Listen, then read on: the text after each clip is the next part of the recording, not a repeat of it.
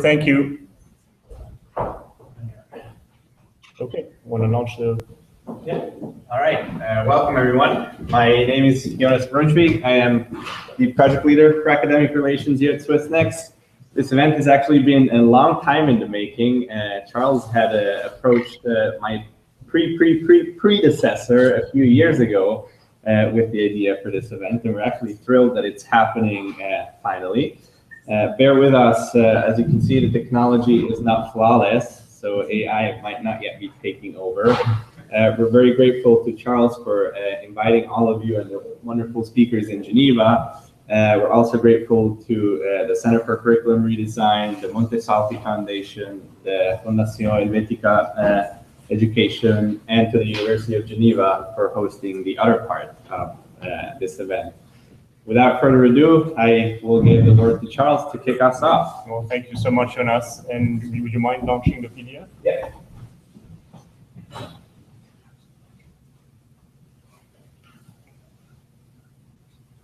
So, hello everyone. I'm delighted you're all here in person, for all of you here in the room, as well as those in Geneva. And all of you online around the world. I know we have attendees in Alberta, Singapore, and other places. So welcome all. And for those of you who are interested in tweeting the event, the hashtag is 4DEDU. So with that, next please. Again, as Jonas was mentioning, I'm very grateful to SwissNext. It was putting this event together was complicated across an ocean. And as he said, let's keep in mind as we fear AI taking over the world, that in the end, AI will be relying on operating systems that are human-made, and therefore they'll be crashy and buggy. And so we'll see how that goes. And I want to thank, of course, the panelists. So we have Pierre Dillambourg, a professor at École Polytechnique in Lausanne. We have Conrad Hughes, a principal at the International School of Geneva. And we have Stéphane Marchand, professor at UNIGE. All of them are on the Geneva side of this conversation. Then here we have Frank Levy, professor at MIT, Rick Miller, president of Olin College, Robert Plotkin, patent attorney and author of The Genie in the Machine, and then Todd Rose, director of the Mind, Brain, and Education program at Harvard. Fascinating people. We're going to have a wonderful conversation. So at first, delays notwithstanding, we're going to set the stage for the conversation and divide the conversation in two facets. One, which is really first the impact of AI and robotics on occupations and tasks.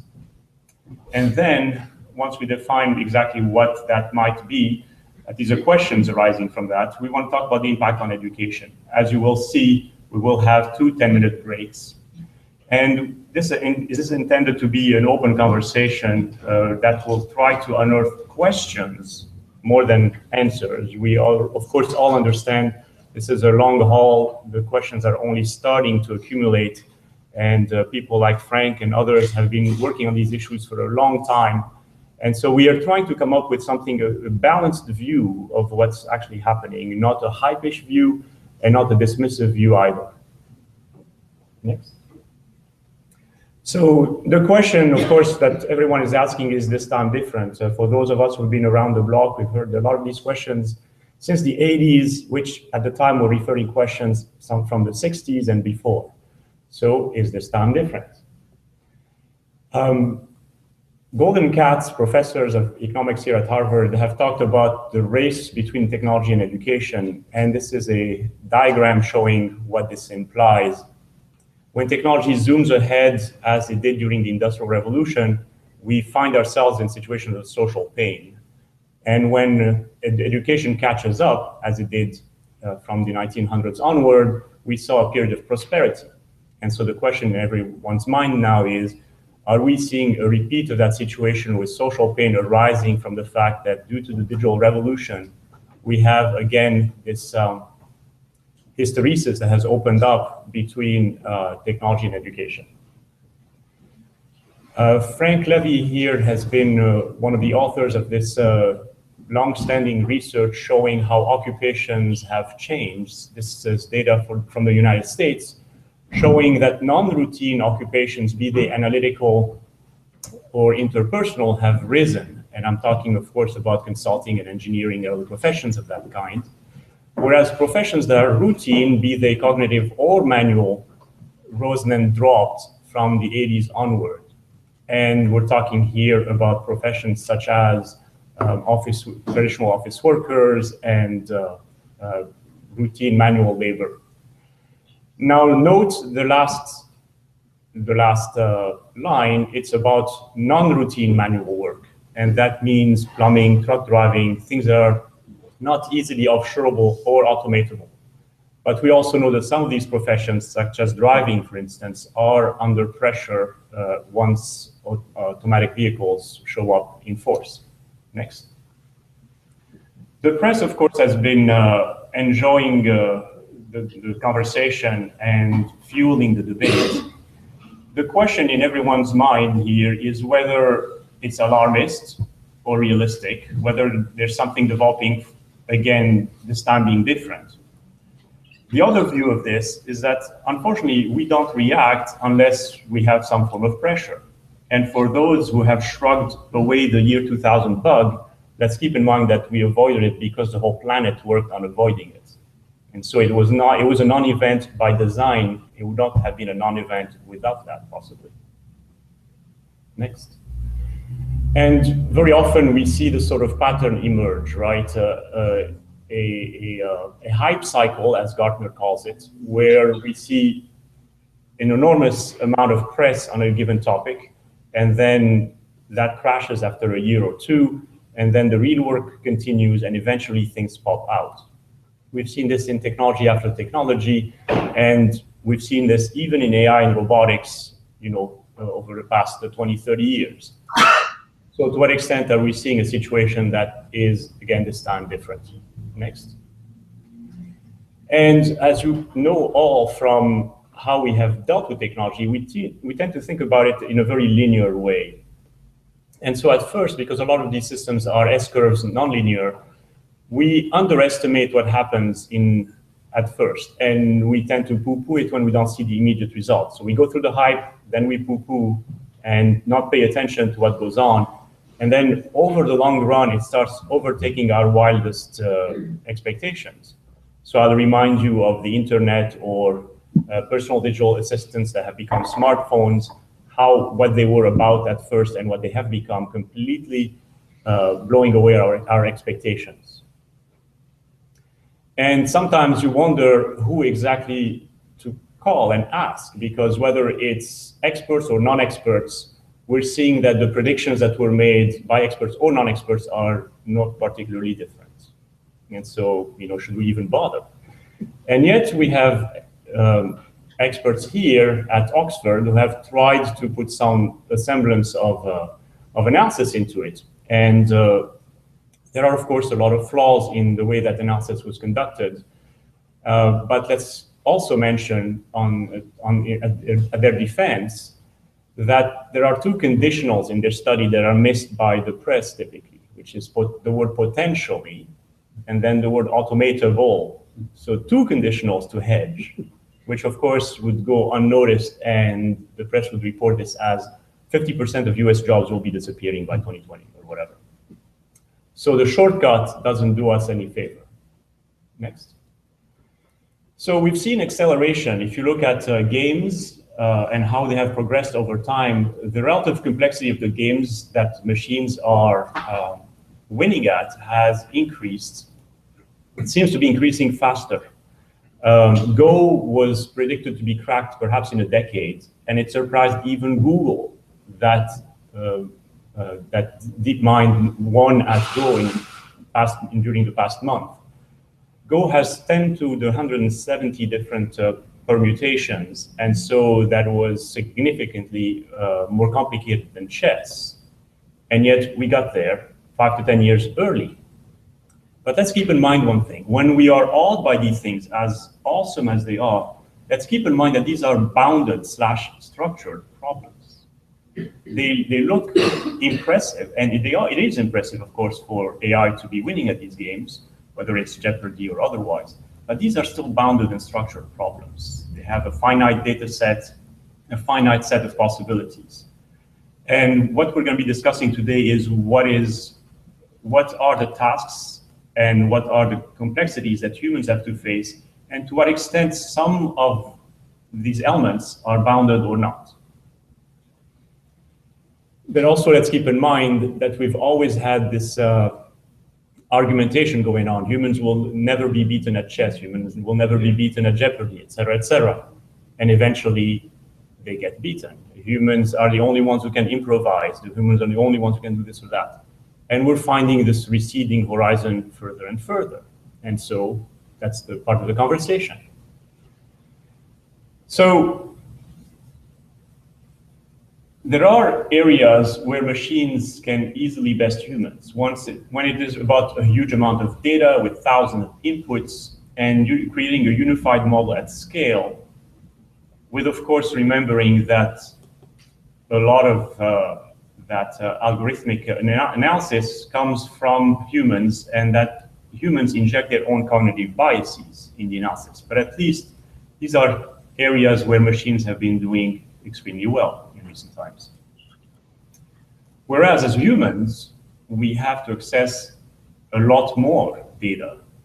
And so building holistic pictures and seeing connections between different sets of data that the machines may not have at any given time.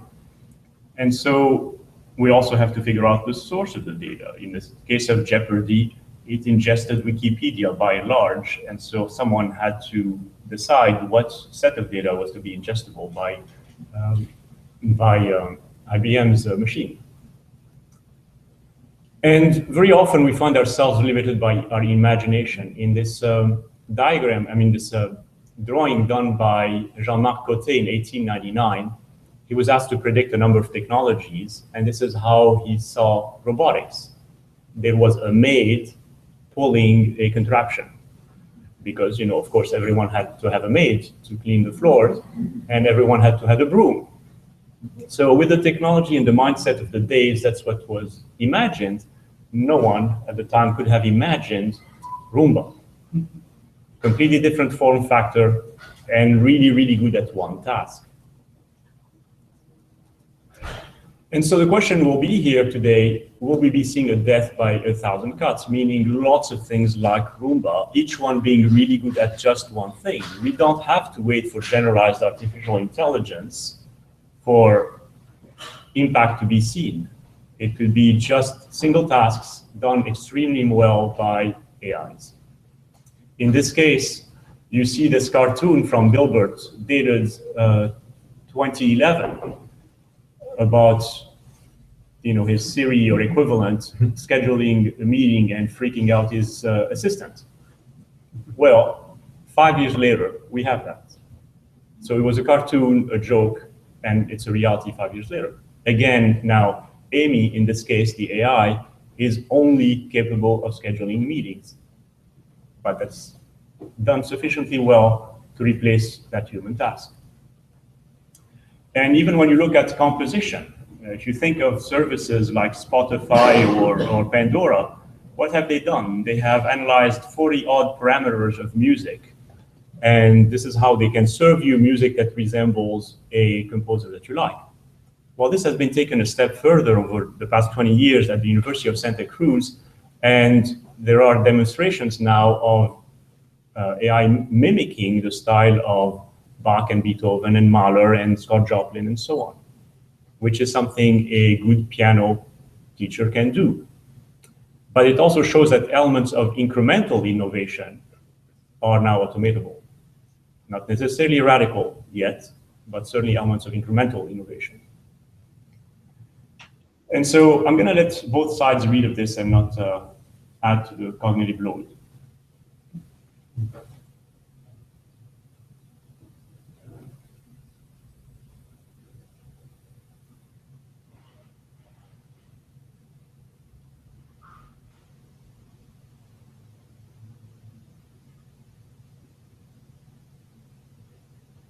So as you can see, the conversation now is going in a healthier direction of how do humans and machines work hand in hand. It's a bit, it's about time, I would say, that we get into that sort of mindset. This has happened with technology since the dawn of humanity.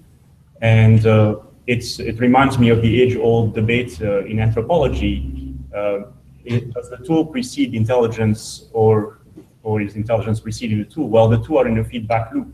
And this is an example of the feedback loop and how it will be accelerating. And so it will be up to us to figure out how we can accelerate ourselves to benefit from this loop.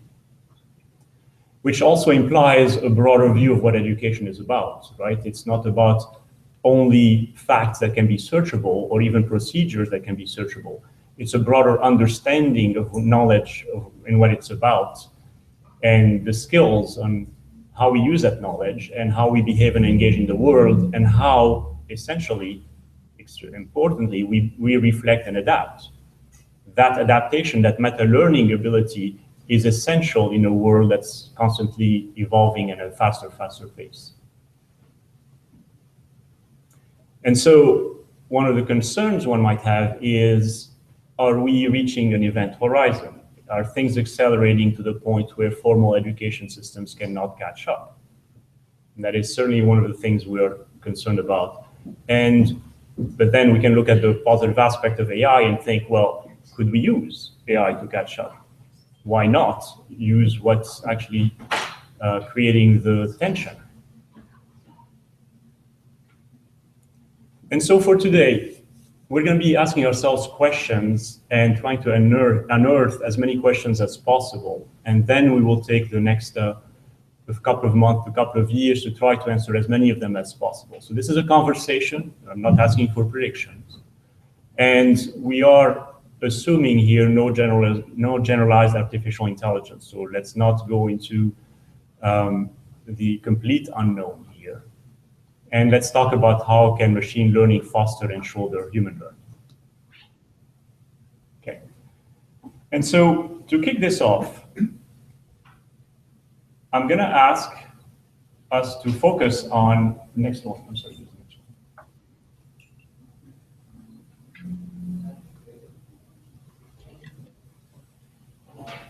We're going to focus first on an example from the legal profession.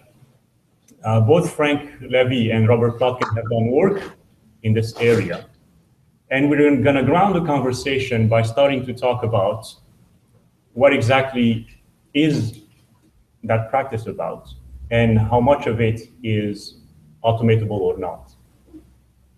And here I've listed the conclusions out of one of Frank's papers, showing that at least in the case of law, and in my opinion, that's something that's generalizable, which we can discuss. Typically, the analysis we see published fail to fully grasp the magnitude of the difficulty, the technical details. And they fail to grasp the difficulty of the human tasks and exactly what is going on in a given task, and particularly the breadth of what a profession is about. So before we make statements saying that, lawyers or nurses or whatever occupation is fully automatable, let's understand all of these vagaries and start the discussion there. So Frank, I'd like to turn it to you at this point and ask you to describe a bit your research here. And then I'll ask Robert to answer, and then we'll open it up to Geneva to answer and think it through as well with us. Sure. Let me talk for 1 second about the origin of the paper. We, for the last 3 years up and through last June, we had been running a joint discussion group of computer scientists and economists at MIT. And one of the general senses that we economists got, we were getting a lot of the educational benefit out of it, was that the computer scientists were saying we can do wonderful things, but a lot of the popular literature is just way overblown. So that in order for me to get a better understanding and to have a vehicle for learning more, it seemed like the right way to approach it was to take one occupation and look at it in detail. And there had been a lot of discussion about lawyers' work being entirely automatable quite soon. And so I chose that, and through friends got connected with a lawyer who had actually, Dana Remus, who had actually done some work on this subject. I think that the approach was to first, rather than look at a specific task that could be automated to first look at what lawyers did and break it down task by task, and then look at available software and talk to software developers and do some projection and so on and so forth. And I'd say that what we came out of it with was a sense that there were certain tasks that in fact had been quite far along in being able to be automated because they were quite structured. I think the most discussed example is the job that lawyers have in the discovery process of a trial, where they have a set of documents and they have to sort through them to see which ones of them are responsive to questions raised by the court, and then have to be turned over to the other side, the opponents in the trial. And so that really is a case where machine learning can do quite well. You have a training sample and a set of lawyers figure out which of these are responsive, which aren't, and then you can develop algorithms to learn the pattern and then use those algorithms to run through the rest of the documents, of which there can be enormous volumes, just separating into what's responsive and what's not responsive.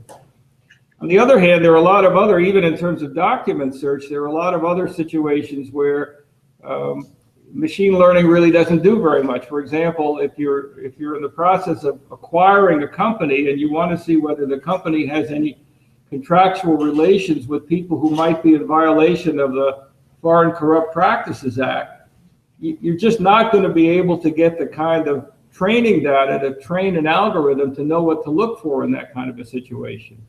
And it's this basic question about unanticipated contingencies. Are you in a particular task, are you likely to come up with things that really wouldn't typically show up in a set of training data?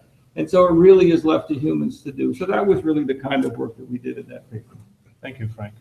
And so, Robert, perhaps you can bring in your view, and since you've done a lot of analysis yourself on how to automate your own work.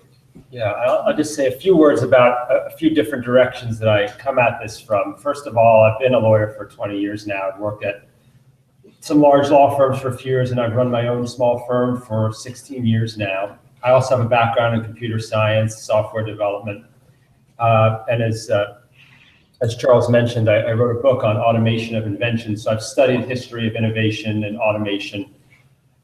So this is something I think about a lot and practice every day. I've done a lot of automating in my law practice, but what I found is that, as Charles mentioned, we don't need to wait for there to be a general artificial intelligence. In fact, in law practice, and I suspect in other fields and professions, there's a lot of what I'd call low-hanging fruit for increasing efficiency just by systematizing how things are done, even if that systematizing is done manually without any kind of automation. Many of you may have read Atul Gawande's book, The Checklist Manifesto, where he encouraged doctors to just use checklists on paper and found that it radically reduced errors. You know, in that case, could be life-saving reductions in errors just by the simple use of checklists. So we shouldn't overlook these kinds of low-tech ways of systematizing or routinizing that don't require any technology, much less a generalized AI. And what I found in my own practice is that to systematize things does require people within the organization to develop some kind of a mindset that enables them to learn how to systematize work that they're doing. And it doesn't come easily to people, I think, who don't come from an engineering background where that's what you're taught. It may be as simple as asking someone, well, when you write a document, can you keep track of the steps you take to write it? And when you write that same document 20 different times, can you keep track of it each time? And then let's come back and take a look at your notes and see if we can systematize that process and look for things that can be made into a checklist. And part of the complexity there is people sometimes I've found get stuck, and I think this does relate to education, but we can talk about how to teach people to do this.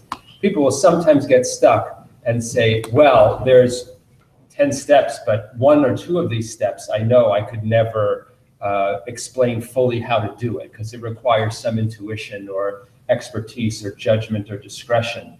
And but I found in many cases it's still possible to systematize then the 80% of it that can be systematized, and in the checklist itself, leave a step which says to the person who's performing it, for this step, go to a senior person who can now use their human intuition that can't be systematized. And so I've heard this called systematizing the routine, and leave the exceptions or the exceptional cases still to human discretion. And I find that very interesting in day-to-day work, to figure out how to make the most use of systems, routine systems for the parts that can be systematized, while making it clear when expert humans need to be brought into the mix, and doing that in a way that makes sure that in fact the human expertise is brought in when it needs to be, so that people don't attempt to perform some step requiring human expertise just using a checklist when it won't work. So there's definitely some complexity in learning how to do the systematizing, how to teach people to cooperate and collaborate with each other on systematizing things. Probably the biggest thing, I'll just repeat and I'll end. There's a lot that can be done to improve how processes work without using any technology at all. And the very last thing then is, even if you're going to use technology and automate, you still need to, as the first step, go through that process of systematizing and documenting how the process would work in a very rigorous way, just so that you can automate it. And so that systematizing step is critical, both to enable the process to work more efficiently without technology, but also then to enable you to start moving towards steps of automating if you do choose to go to that next step. Thank you, Robert. Let's hear from Geneva, reactions to what has been said by Frank and Robert. First, can you still hear us? Yes, here. Wonderful. Try to put back the camera. Little moment.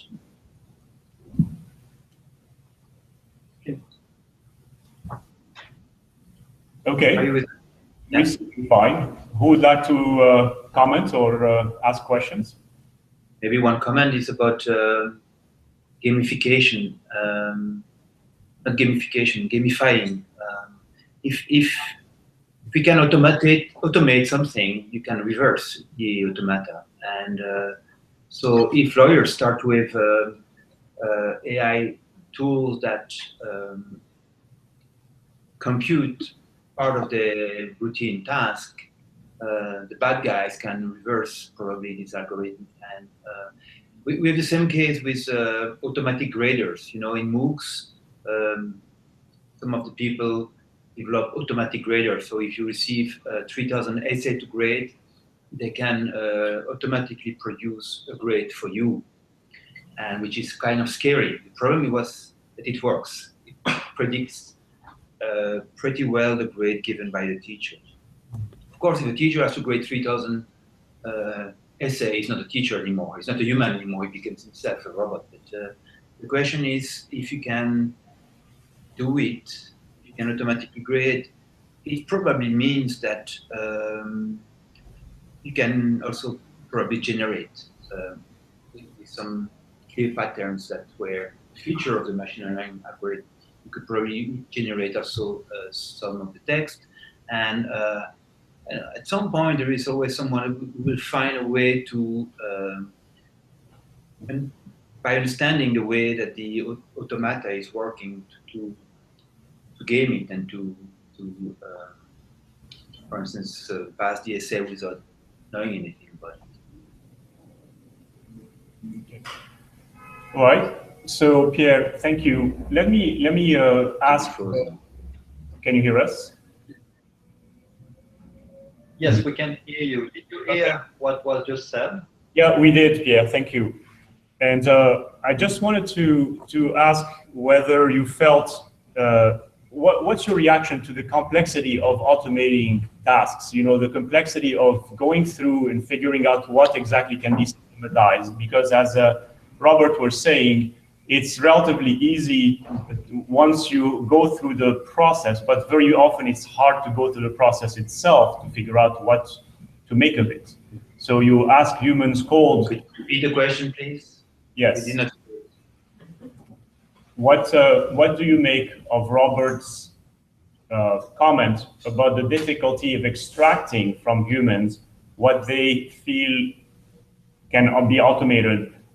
Well, how difficult it is to ask them to be systematic in their thinking to figure out what can be extracted?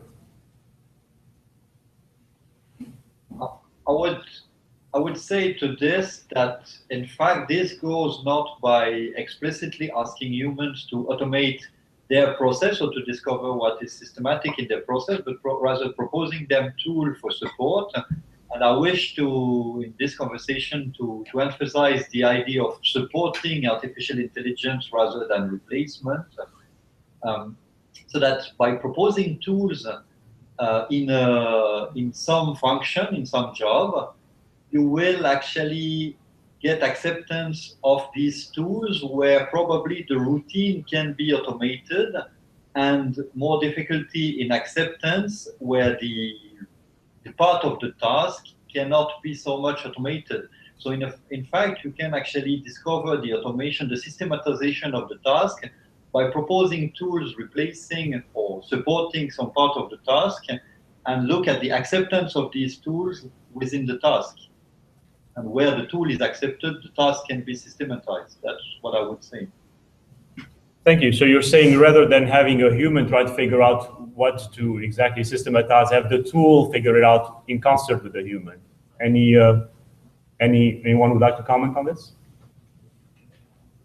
I think, it's certainly, that's one approach. One thing I've done, again, in my manual way, is to have 3 people involved sometimes. Maybe one person is doing what they're suggesting the machine could do, which is, I've actually done this in my law firm, where if I want to systematize something that my paralegal is doing, submitting a document to the patent office in my case, I'll have her try to explain that to another person who has no legal knowledge or skill. Here's someone who knows nothing about what you're doing. Explain to him or her how to do this. And the third person, sometimes it's me, and sometimes I've had a consultant do it, is a person who's good at process type thinking to help ease that explanation. Step in and ask follow-up questions as my paralegal is explaining to this new person, to try to tease out the systematic aspects of what she's saying. Because as an expert, when she explains this process to a novice, she often will explain it in expert type ways, which are not that useful for making a routine process. So to have the process expert involved can help translate what the expert is saying into something that the novice can understand. I suppose you could have a piece of software playing that role, and you could have the novice be a computer also. It's just another way of translating expert human knowledge into something that can be programmed. So that's a thank you contribution. Anyone in Geneva would like to add something? Conrad, for example, you were one of the best read person I've ever met, and I'm very curious to your reactions to all of this. Well, I no comment on being the best read person you've met, Charles. I think what we're talking about here is also frameworks, systems, and policies that institutions and organizations need to develop, so that there's a systematic approach to decision-making, that you have a workflow in place that is sustainable and doesn't depend on the whims of individuals. And that is a fundamentally human process, an evaluative process, where I think you need to sit together and decide who is accountable for a task, who is responsible, who needs to be informed, and where there should be consultation. I think that if you find yourself in a crisis situation, if you're in a good institution, you will have a policy document that will lay out in a fairly systematic fashion what you should do, and you should follow those steps rather than make judgment calls left, right, and center. So in a sense, there's something quite sort of automatic, machine-like in that process. But that's really what I'm getting from this. It's the importance of that rigor and that systematic approach to difficult situations coming from a framework and policy documents that have been developed. So in a sense, that has very little to do with machines. In a broader way, I suppose it does. Thank you, Conrad. And so Frank, from your experience in looking at various occupations, to what extent do occupations know what they actually do? I haven't looked at enough occupations to give you a general sense of that. Once you learn one occupation well, that takes a lot of time. And so talk to me in 5 or 10 years. All right. Is it, do you feel that there may be a bias of sorts, an expert bias, where it's hard to extract one's own expertise after a while? And this is a question valid for anyone here. Well, I think that part of the problem, I mean, one of the processes that you've been talking about, which comes up in this, is suppose a machine performs a task in a slightly different, less perfect way than a human might do it. Initially, that may not be accepted, or at least the practitioner may certainly say, well, that wouldn't be acceptable. But in fact, there may be a big market for that out there. And in fact, that may be the way that you begin to see a lot of artificial intelligence advancing. That the issue comes up in the legal stuff with what's called proportionality. Maybe some sort of automated contracting mechanism, some blockchain contract is not as perfect a contract as a lawyer might write, but for a lot of low stakes transactions, that might be just fine. A practitioner may not be able to see that because they're too wedded to doing it the way they're doing it.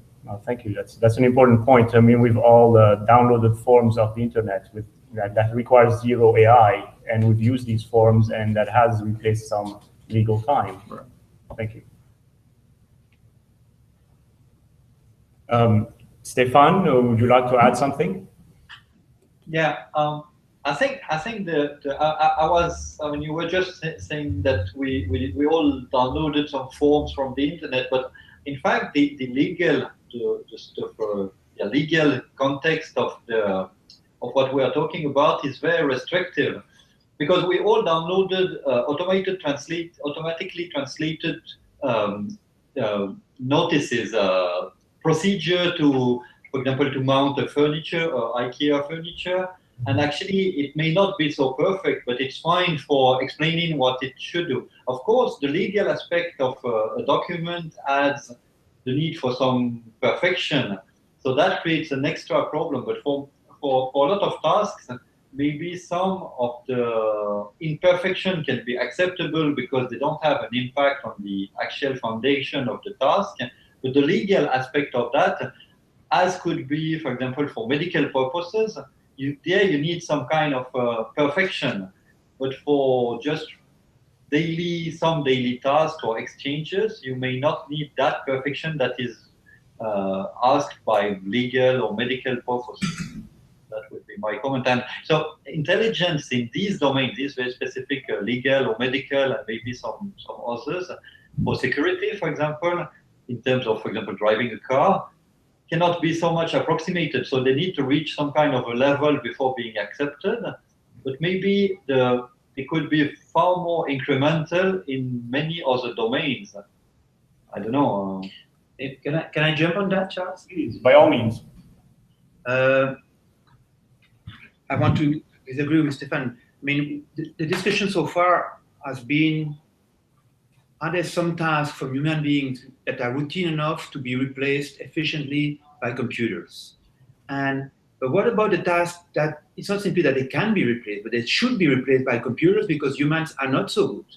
Humans are not so good in driving. 1 million people die per year.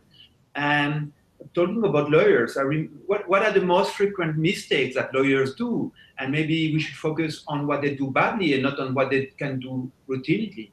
I remember a big crime story that lasts for 5 years in my original country, where the killers used to kill people, collect the empty bullets, I don't know how you call it, and bring them to the place of the next killing, and mixing completely the inquiry so that within 20 years we never found what was the story? There were more than 40 people killed like that. And it just will reach the limit of human intelligence to solve this very complex murder game. So that's an interesting case. It's not because lawyers or inquiry people could be replaced, but because they fail. And that's where I would put more. With all the medical doctors are not good. Some of them, there is a tumor, but they don't see it. Some of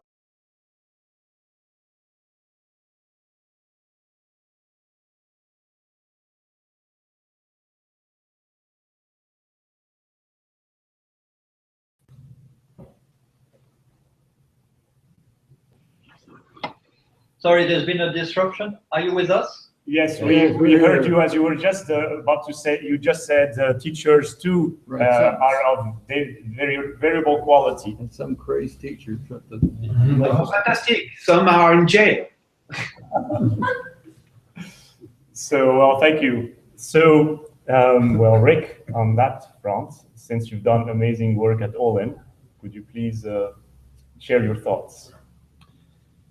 Well, there's no doubt that automation and computing plays an important role in how people learn and what they need to learn, particularly having experience in an engineering school, teaching people about technology sort of front row and center in what we do.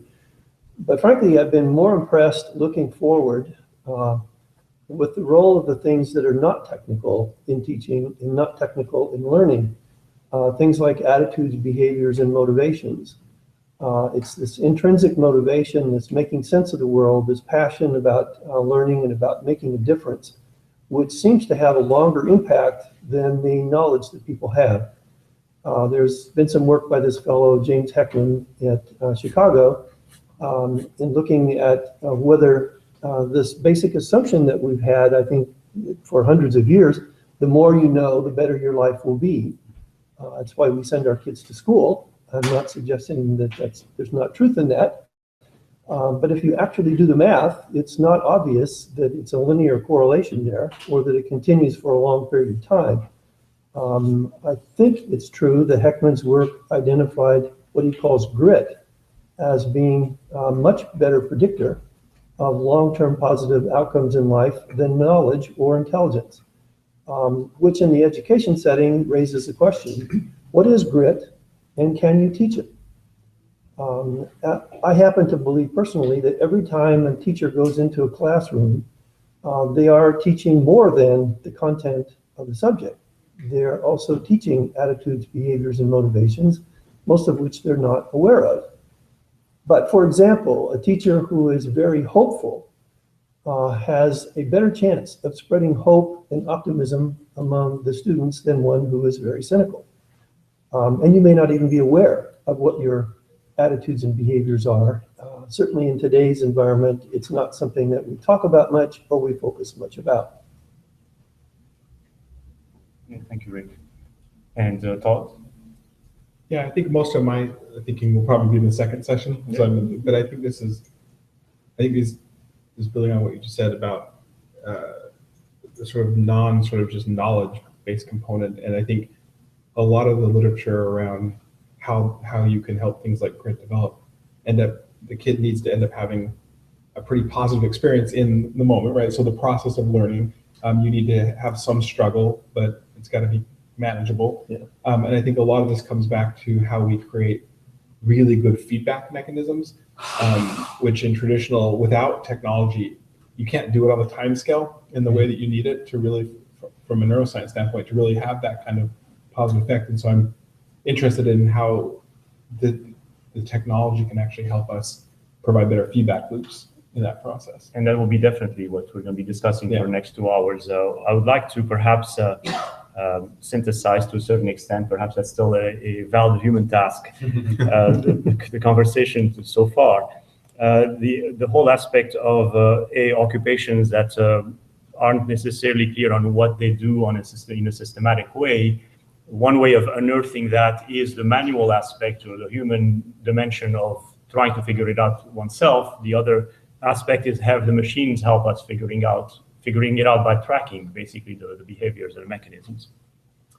The next concept that emerged, of course, is the issue of it doesn't have to be perfect. It has to be good enough. And there's, of course, a thresholding function. Past a certain threshold, it's good enough. So we didn't have to have perfect speech recognition or perfect translation accuracy for it to be good enough for a lot of tasks. And that's something to keep in mind.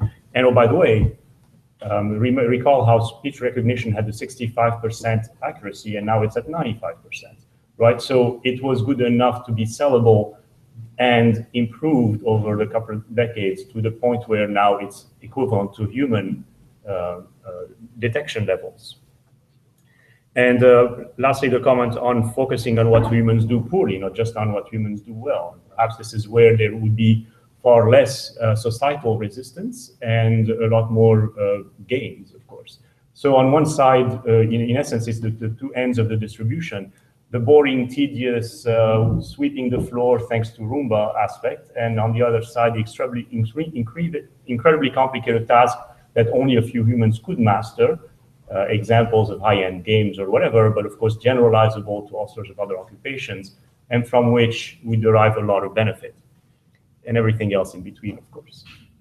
So with that, I think we should take a 10-minute break, and we'll be back promptly after that. Thank you, everyone.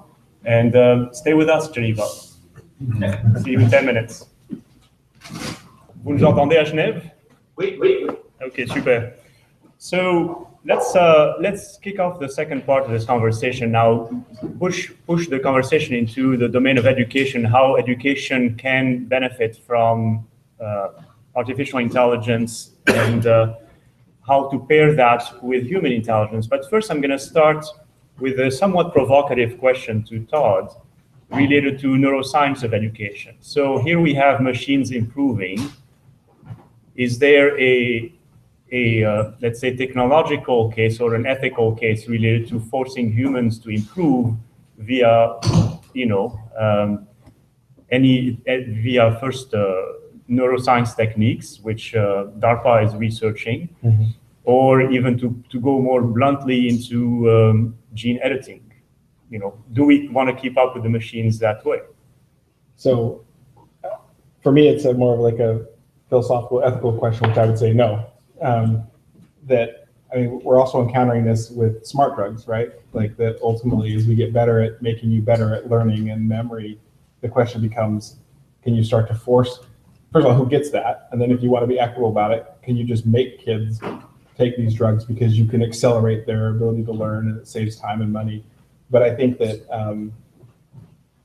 I think from a standpoint of not screwing up our entire society, that that actually I don't think taking early kinds of insights about things and forcing them on everyone is a very good idea.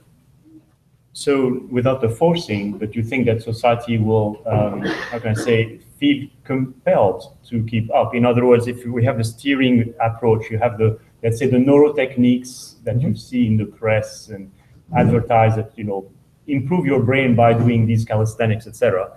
Then you have the drug aspect. Why wouldn't everyone be taking Adderall or Ritalin to keep up?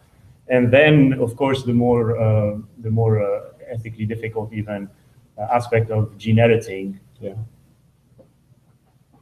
I think that there's a value proposition to a lot of it that may become overwhelming, and people may opt into a lot of it. But I'm a big believer in there's no free lunch, and that all of these things have trade-offs. And so, like, even when we think about education and some of these things, from neuroscience techniques to drugs to gene editing, that we often think about the efficiency of the system as being like, hey, we can get kids through school quicker, they can learn more things, but then you forget, like, actually a lot of what you want to be in school for isn't just with the things we already talked about. It's not just this rapid acquisition of facts and memory formation, and that, in fact, we may not want kids. Maybe it's more of a slow learning movement, that we don't actually want that as a goal.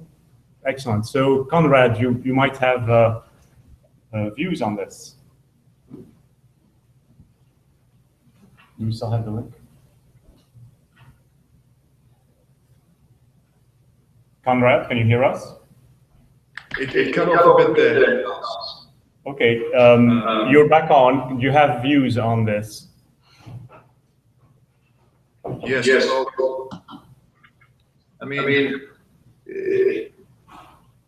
the whole debate that we've had up until now seems to have been premised on cognitive, individual approach to education and to intelligence. And we have to think about the psychomotor domain, about the affective domain. And we also have to move away from individuals to society, learning to live together, sustainability. These are the real problems that are threatening us. So, individuals catching up with machines or being able to perform better than machines is not going to create a better world, I don't think, necessarily. And increasingly, a 21st century education needs to focus on learning to live together with less. Things like intercultural competence. I know that you're doing a lot of work on character.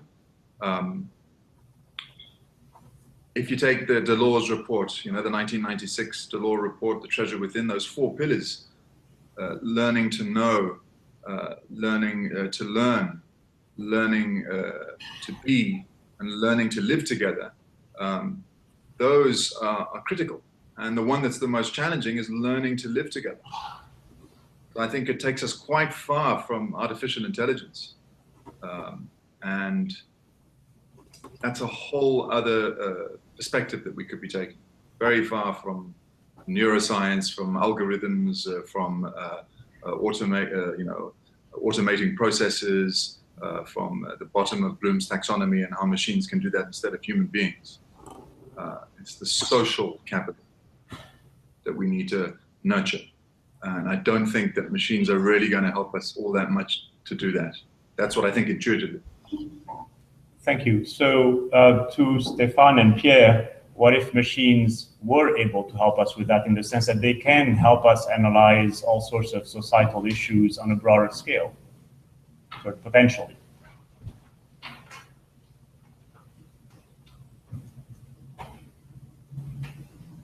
Who was the question for, Charles? Well, all 3 of you, but I was directing it to the technologists in this case, thinking, well, sure, we do have enormous problems, but what if we were helped in solving these problems by simply having data mining on a scale we cannot digest? That is a good outcome. Yeah, just before they come in, clearly machines will help us with the analytics, but it's the I think what you do with that information, obviously, that requires not just a human response, but a communal response, a societal response. Right. But you present us as technology. I'm a school teacher. I'm an education guy. I used to be a school teacher, and down the road, whatever we talk about is in the meat. So somewhere it will be in the neurons. As if you learn, if you manage to cope with your colleagues, with your friends, with your family. We cannot escape from the fact that down the road this is going to be in the neurons and in the neuroscience. Despite this, I'm very worried about the development of neuroscience in education for many reasons, but one of them is what we've seen here that happened in the States, I think 10 years ago, is the medicalization of education.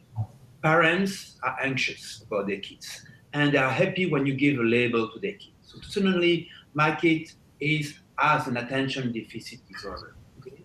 It's just not a normal kid who is bored at school and want to play instead of listening to a boring teacher. We put a label, he has attention deficit disorder. And then once you have a label, you have a drug, of course. Coming next month, there is a drug for this label.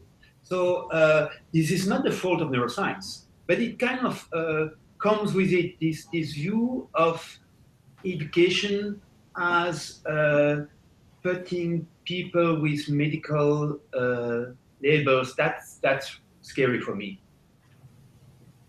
Thank you. And Todd, I bet you have an answer. Yeah, no, actually, I think it's a really important point, which is, as someone who has historically been interested in the relationship to neuroscience education, I'm profoundly skeptical of what its value proposition is.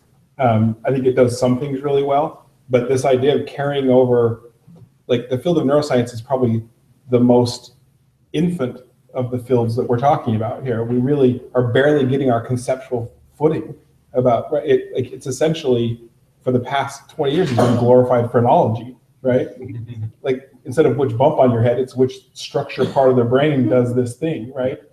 That's clearly not the right way to think about it. But I worry the same way he does, that we're carrying over a set of pretty naive assumptions.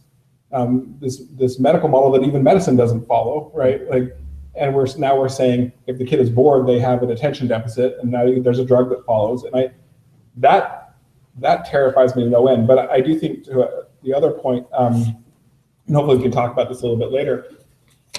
I think this issue of personalization of learning, if we do it right, if we think about things like individuality for society's sake, right? So it's not just like personalized learning so kids can be rugged individualists, right? Like, but rather a deeper knowledge of who they are, a more effective, enjoyable learning experience, and that self-knowledge that to me is the foundation for being part of a community. Thank you. Others? I'd like to add to that. I mean, I can say from running a business and being in the professional world and working with a lot of other businesses as clients of mine, I've seen there's a real value. In particular, I work with startup companies. You know, people are successful there when they can identify their own individual strengths and weaknesses. They can then put together teams of people who complement them. That's a real strength. There is a risk, of course, of then pigeonholing yourself, where you then only focus on your strengths and you ignore the weaknesses. And I'm sure that's a risk in education as well. But there is something really valuable to certainly in the business or professional world, to knowing what you do well. And if the response to it is to then learn how to collaborate with other people in ways that complements your strengths and weaknesses, I agree, not to just have an individualized approach to it. And I'm curious here about the educators, about if there's anything being done in that regard in teaching. Certainly when I was coming up through school, there was no emphasis on that at all. Yeah. Indeed. Stéphane, do you have an opinion? Yeah, I was looking at it in, you were talking about the analytics of it, or Conrad, I think, was mentioning about the analytics and the responsibility of the human to take on board these analytics in an ethical or appropriate way anyway.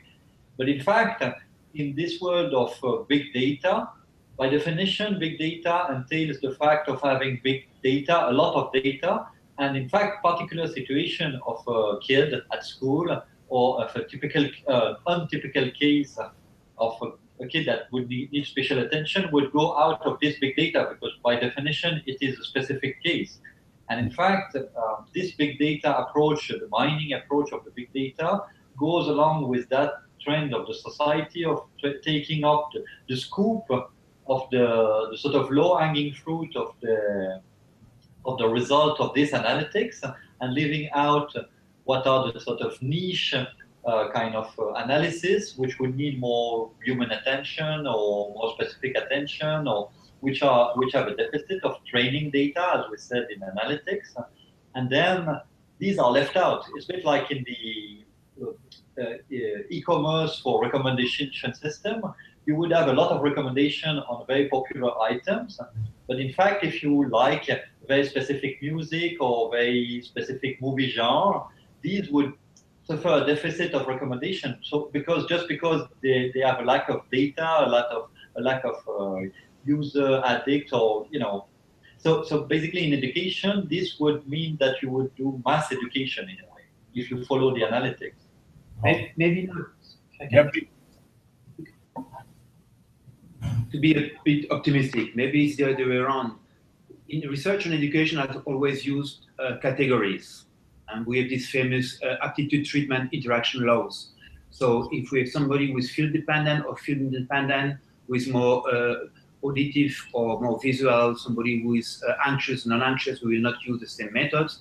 And when we use ANOVAs to run our research, we needed to have these discrete categories to classify learners. Okay? And this is an extreme simplification of human complexity. Like one of the popular categories today is learning style. We have surface learner and deep learners. Okay, and we know that I can be a surface learner when I learn German, and a deep learner.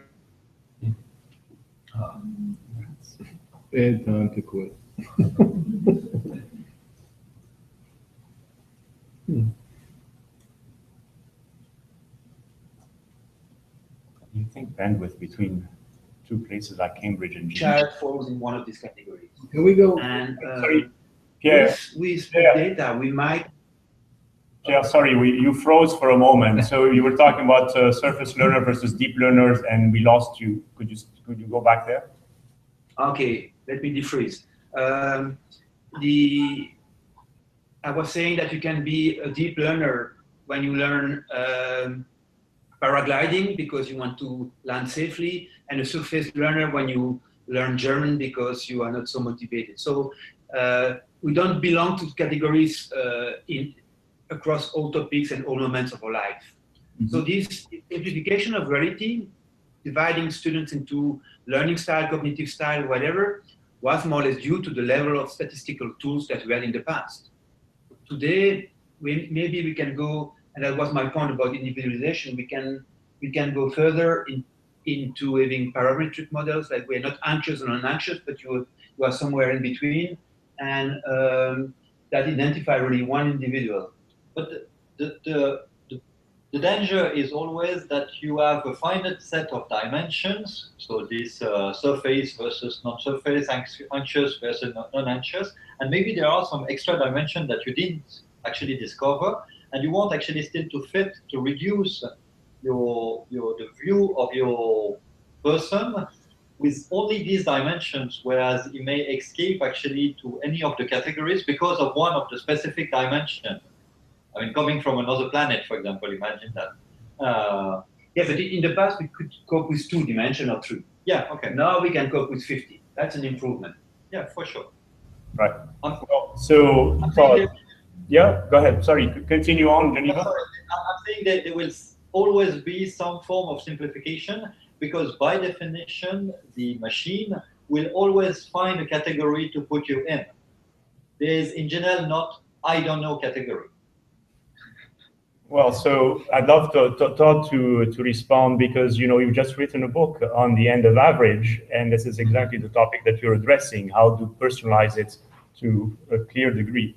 Yeah. So I mean, I think that Pierre was right. Like you think about, we have these models and methods like ANOVA, which was designed for aggregate data, and it actually is terrible at detecting interactions. Like it does not have the ability to really do that, and it cuts people up into categories. That's fine. It was a tool for another time, really.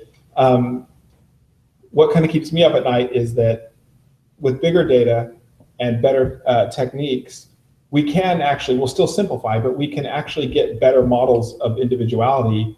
But you have to make that choice up front. It really matters how you structure the kinds of data you collect, the intervals in which you collect it. And what worries me is, so like to this point about like whether we force a certain set of parameters on everyone. Probably the most famous example right now is in personality theory, right? So the big 5 personality shows up at the macro level as by far the best explanation for factors of personality. Like it is the most replicated thing. It's so true in the population and fails miserably at the individual level. Like when you do these dynamic models of individual personality, your personality may be described by 2 factors and mine by 3. But yet we're forcing everyone, and it becomes very practical when, for example, 85 out of the 100 Fortune 100 companies use personality tests based on 5-factor models to hire people, right? So I think that if we make some choices about having a principled way to think about individuality, right, it's still going to be simplified, but we may get closer to actually doing something a little more personal. I'll just end with this part, which is I'm a big believer in the ultimate personalization is going to be helping me understand who I am and have some agency. Yeah. But if we embed false models of who you are, then I'm actually teaching you to see yourself in a completely wrong way that is actually going to hurt you, I think, in the long run, where we would have been better off to just leave you alone. So completely understood. And let's go back to the point that was made in Geneva. That's if it's based on 5 parameters, it's extremely reductionist and it breaks down. But what if it's based on 500 parameters? It may be a still reasonable level of granularity at the individual level and still benefit from aggregated data, right? Yeah. So in essence, we can't completely escape the reductionist approach. We just have to broaden it to be more all-encompassing. Yeah, and there's 2 things I think have been pretty interesting in the field of personalized learning so far. One has been there's new methods around things like what we call idiographic filtering, ways that we can actually aggregate people that allow you to generalize and predict, so you can make use of other people's data. And then the second thing is around open student models, where you actually reveal, instead of pretending that the machine somehow really knows you well, you engage the learner and expose these as hypotheses, and allow them to understand what the machine's doing and what it doesn't really understand, and allow that conversation to happen, which seems to promote more metacognition than would otherwise happen. Rick, you're nodding. Yeah, it's a fascinating discussion. When we think about neuroscience as novices in an engineering school that are trying to teach people how to calculate, I'm struck most by the early work that Howard Gardner put out about multiple intelligences, that the way people make decisions involves many different factors, many of which we're not even aware of. And it's those factors that we're not aware of that seem to be increasing in importance as we look into the future. I think it's Conrad who is pointing out that living together is a very important thing going forward. I believe that's in the classroom, that's collaboration, and that's the ability to learn how to learn as a group. That's not something that everybody is skilled at when they arrive in college. It's not something that we as a society encourage much. Most of the testing orientation in schools today argues that you should not talk to your neighbor. You should put your pencil down when the time's up, and it's all about individual assessment. It creates a great deal of conflict in students' minds about what it means to work on a team. And yet, as you look together at the future, the grand challenges that we're facing today are enormous. We have 7 billion people today, on the way up to 9 billion by 2050. We had 1 billion in 1920.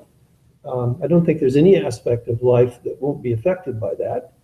The technology is running away very quickly, enabling smaller and smaller number of people in each generation to affect the lives of a larger and larger number of other people, either intentionally or unintentionally, either for the good or not. And what's needed, I believe, in order to save us from ourselves is the ability to talk across political boundaries, across disciplines, and across time zones, and to collaborate. So I personally feel there's an urgency to shifting our paradigm in education to emphasize the ability to collaborate and to work together with people who think differently. Just to say, I love that, and I think that I constantly struggle, but I think it's in a good way with, at the core, we have to be a little more focused on individuality, and it can't become individualism. Right. You know what I mean? Like, to think of a system can batch process and then hope that we'll know ourselves and know each other is just not going to happen. But at the same time, a lot of the business models push toward algorithmic kinds of approaches where you don't get patents for helping me collaborate, right? Like, not necessarily. But I do think it's, I do think there's a lot of hope around thinking of having getting away from an old mindset or way we thought about people, right? The thing that I'm terrified about is we're going to take a 19th century view of individuals and put it into like this amazing 21st century technology, and we're just going to get this like on steroids version of super simplistic things. But so I'm pretty hopeful because I think we actually have a science around individuality, paradoxically, right? Like principle when you think about it, and we have technologies, if we make the choices, would allow us to create these environments, allow us to know ourselves and know each other. But I think it requires some really important decisions to be made early on. Frank, you're an educator, and you have been for a long time. No, I'm just listening to this. I'd like to chime in on something. It sounds like part of what we're talking about, and I'm saying this not as a professional educator, is to what extent should we be relying on large amounts of data to draw conclusions? I remember when people first started using the term big data, it was probably 6-7 years ago. I thought it was great that people outside of the scientific and engineering community might become more interested in making decisions based on actual empirical evidence. And now I think we've swung a bit too far in the direction of overly relying on the data as if it is the ultimate conclusion. I agree with Conrad, we need to be looking at the analytics. We used to call them statistics. And people people then knew that statistics could be manipulated to draw any conclusion you wanted. I don't know if people have forgotten that now that we're calling them analytics. So I think the general public and now perhaps has developed some kind of a bias towards accepting the data as if it dictates a certain conclusion, and we need to find a way to integrate the data into the decision making, but leave the ultimate decisions to us. And I think as educators are saying here, I'll leave it to them. How do we mix the use of general large sets of data with individualized approaches, not just in education, but in other fields? I certainly hope we get back to more of a balance. My stats professor, Judy Singer, was fond of saying statistics, and I think it's true for analytics now, is just the process of turning assumptions into conclusions, right? And like we often forget that there's no magic there. Of course, there's an entire aspect of causality, not just correlation, etc. So, Geneva, your thoughts and comments?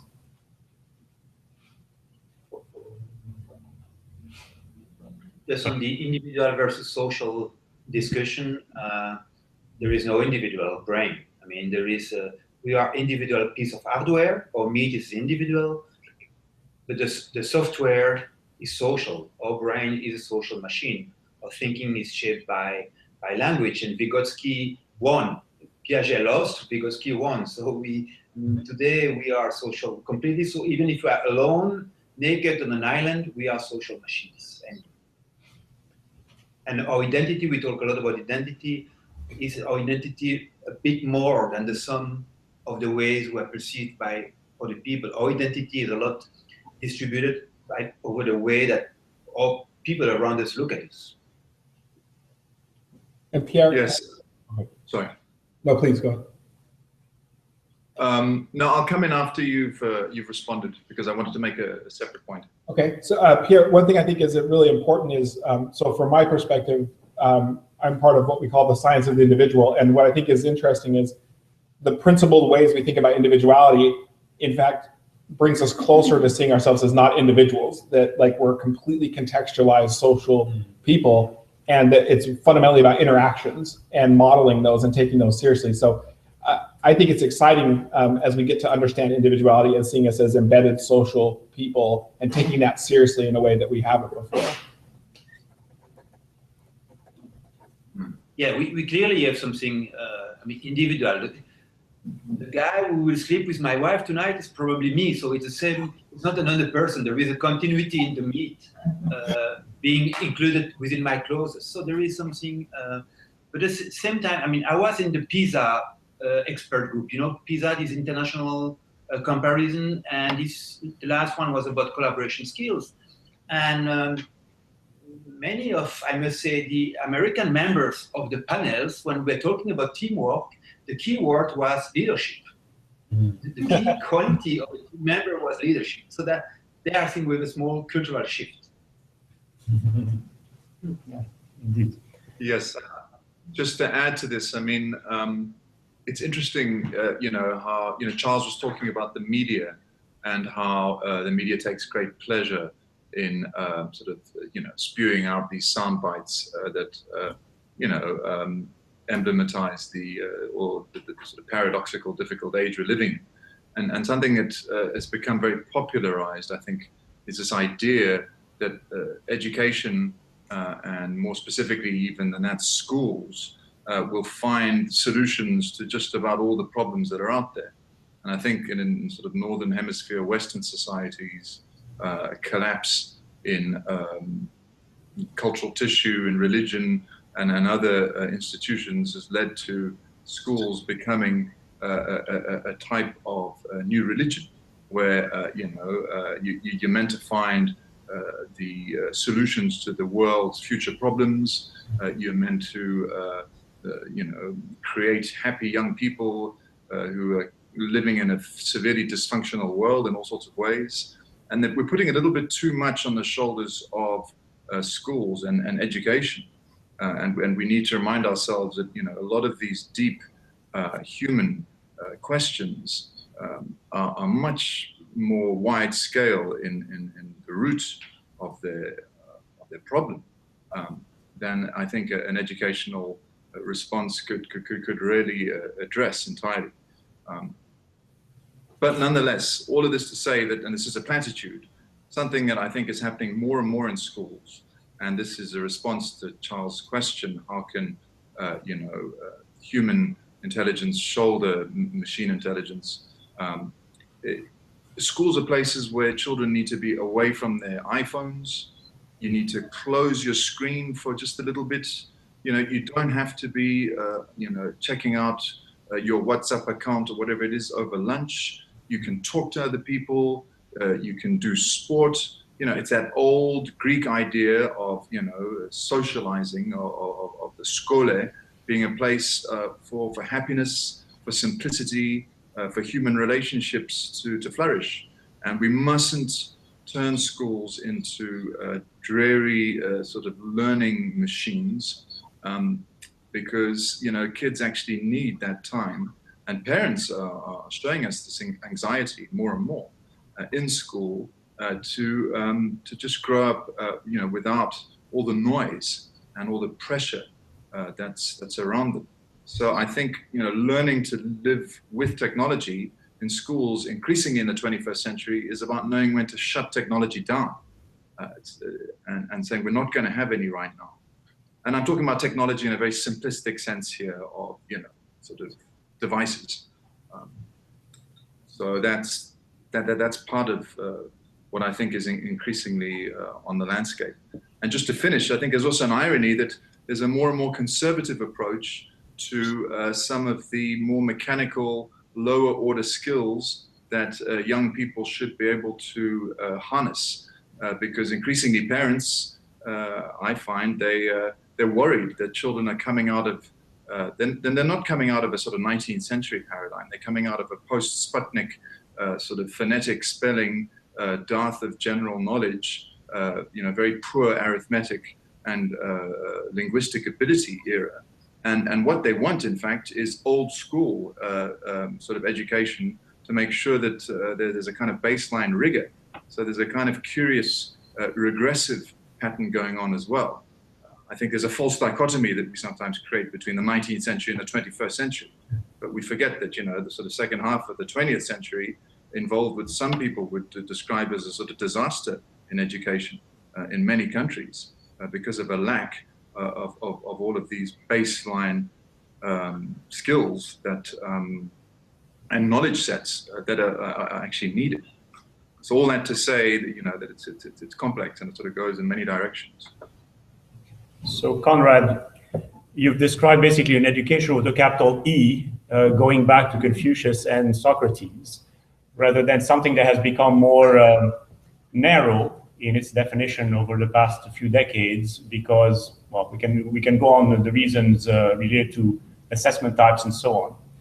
But so that's I think understood by very many and agreed on. So again, here even the monikers will matter, because calling it old school actually, unfortunately, paints it in an unfavorable way. Whereas when we talk about a broader education going to what has been known about human nature all the way to the Greeks and Confucius, puts it in a light of a comprehensive education rather than a narrow education, which is your point. I completely get that. So in that context, I would like to ask a question, a provocative question. Oh, I'm sorry, Frank, go ahead. I had a question, just a comparative question. I mean, to this point, this is really a question for Geneva. To this point, we've been talking about education in a kind of general way as if every child in the country gets more or less the same education. In this country at this point, education is very stratified. I mean, by the kind of advantages and the kind of preparation and so on that a child gets is very heavily tied to income. And I wondered whether that was true in Switzerland at this point, or whether there's more equality in terms of the kind of education or the quality of education different children get, or how that plays out. Maybe I can. We did not hear all the question, but I think I got the point. One characteristic of Switzerland is the consistency of the educational system. So we have 10 universities, half of them are in the top 100 in the world. For a small country, 2 of them are in the top 20, so very good universities. But we have also very good University of Applied Science, very close to universities. And then we have very good Berufsbildungsschule, vocational education, carpenters, plumbers are trained for 4 years. So when I go to the States, sometimes I have my friend from Boston or Stanford who are so smart, and then you go downtown and there is this huge gap. And you know, I remember this supermarket where nobody in the supermarket could compute 20% of $80. Nobody.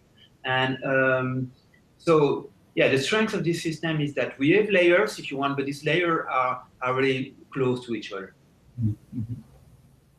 So the dispersion of the results is much narrower in Switzerland than it is in the US.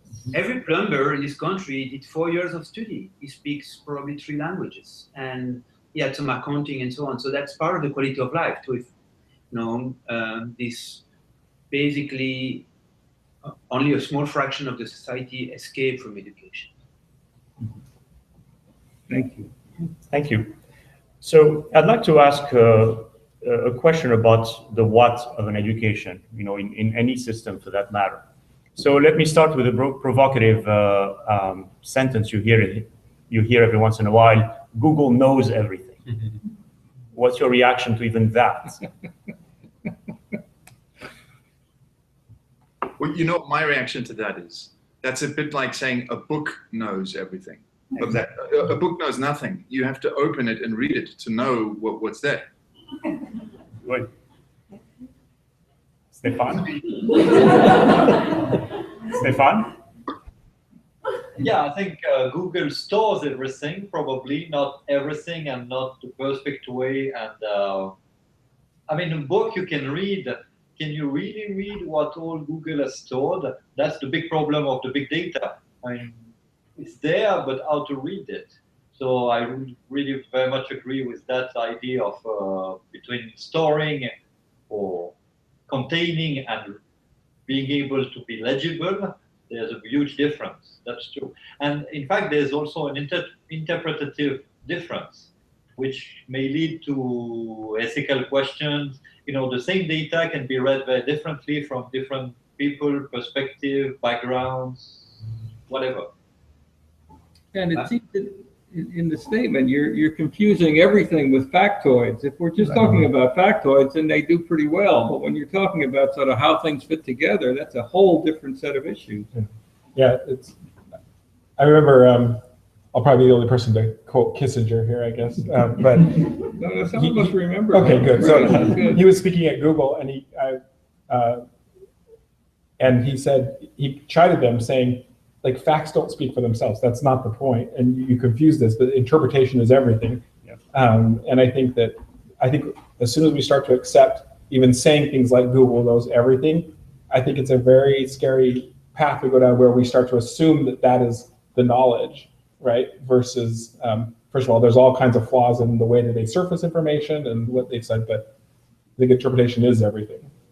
Okay, so let's take the argument to the next level. The response that comes back to this sort of conversation is, okay, fine, it doesn't quote unquote know, and it's not everything, but it's a large amount of things, and it's not necessarily known, but it's accessible. And therefore, if it's accessible, why should I know?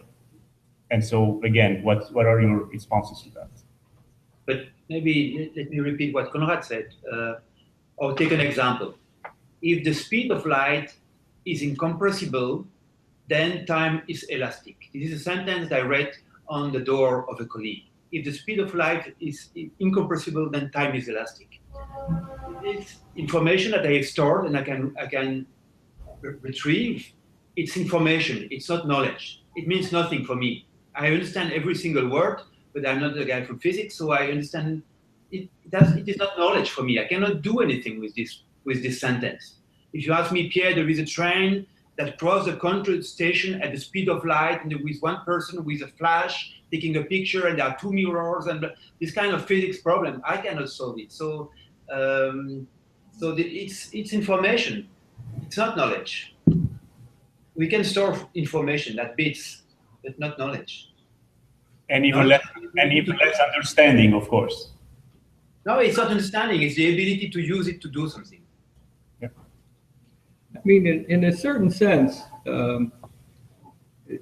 one, you can compare Google, or at least in daily life, I compare Google right now to Ben Franklin's developing bifocals. I mean, it took a tremendous burden off of people when their eyes began to age, that they didn't have to rely on the eyes. They could use that well. Well, the same thing is true with memory. I mean, people ask me about some event or some person, and I can't remember the name, but I can certainly phrase the question well enough for Google to do it. Well, that's terrific. It makes my life a lot easier, but that's a very narrow kind of job. Correct. So now, of course, it does have an impact. The Greeks were bemoaning the emergence of the alphabet because people didn't have to memorize the Iliad anymore. And so clearly our memorization skills have dropped down because we haven't had to memorize as much right at the time where the amount of knowledge started ramping up. And now, of course, it has ramped up exponentially. And so the question that comes back now is, okay, well, fine, we have access to a ton of information.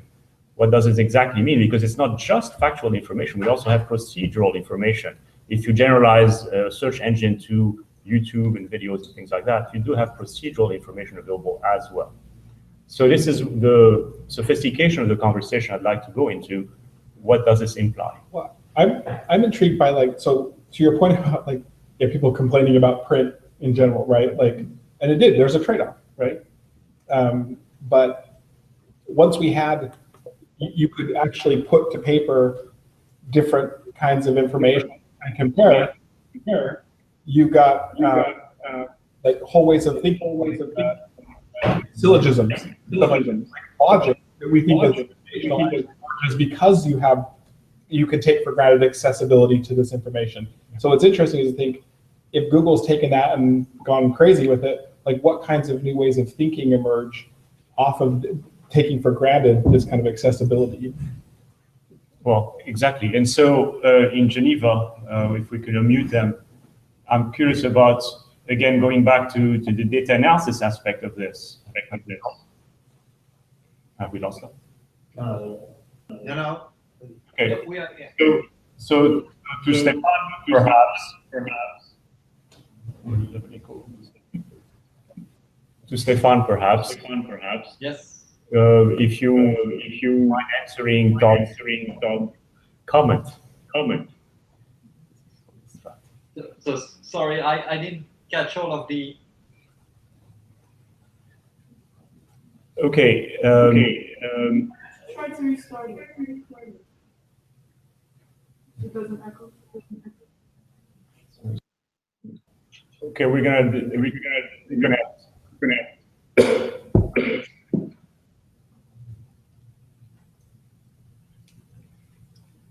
Just a few more years. Presence. Say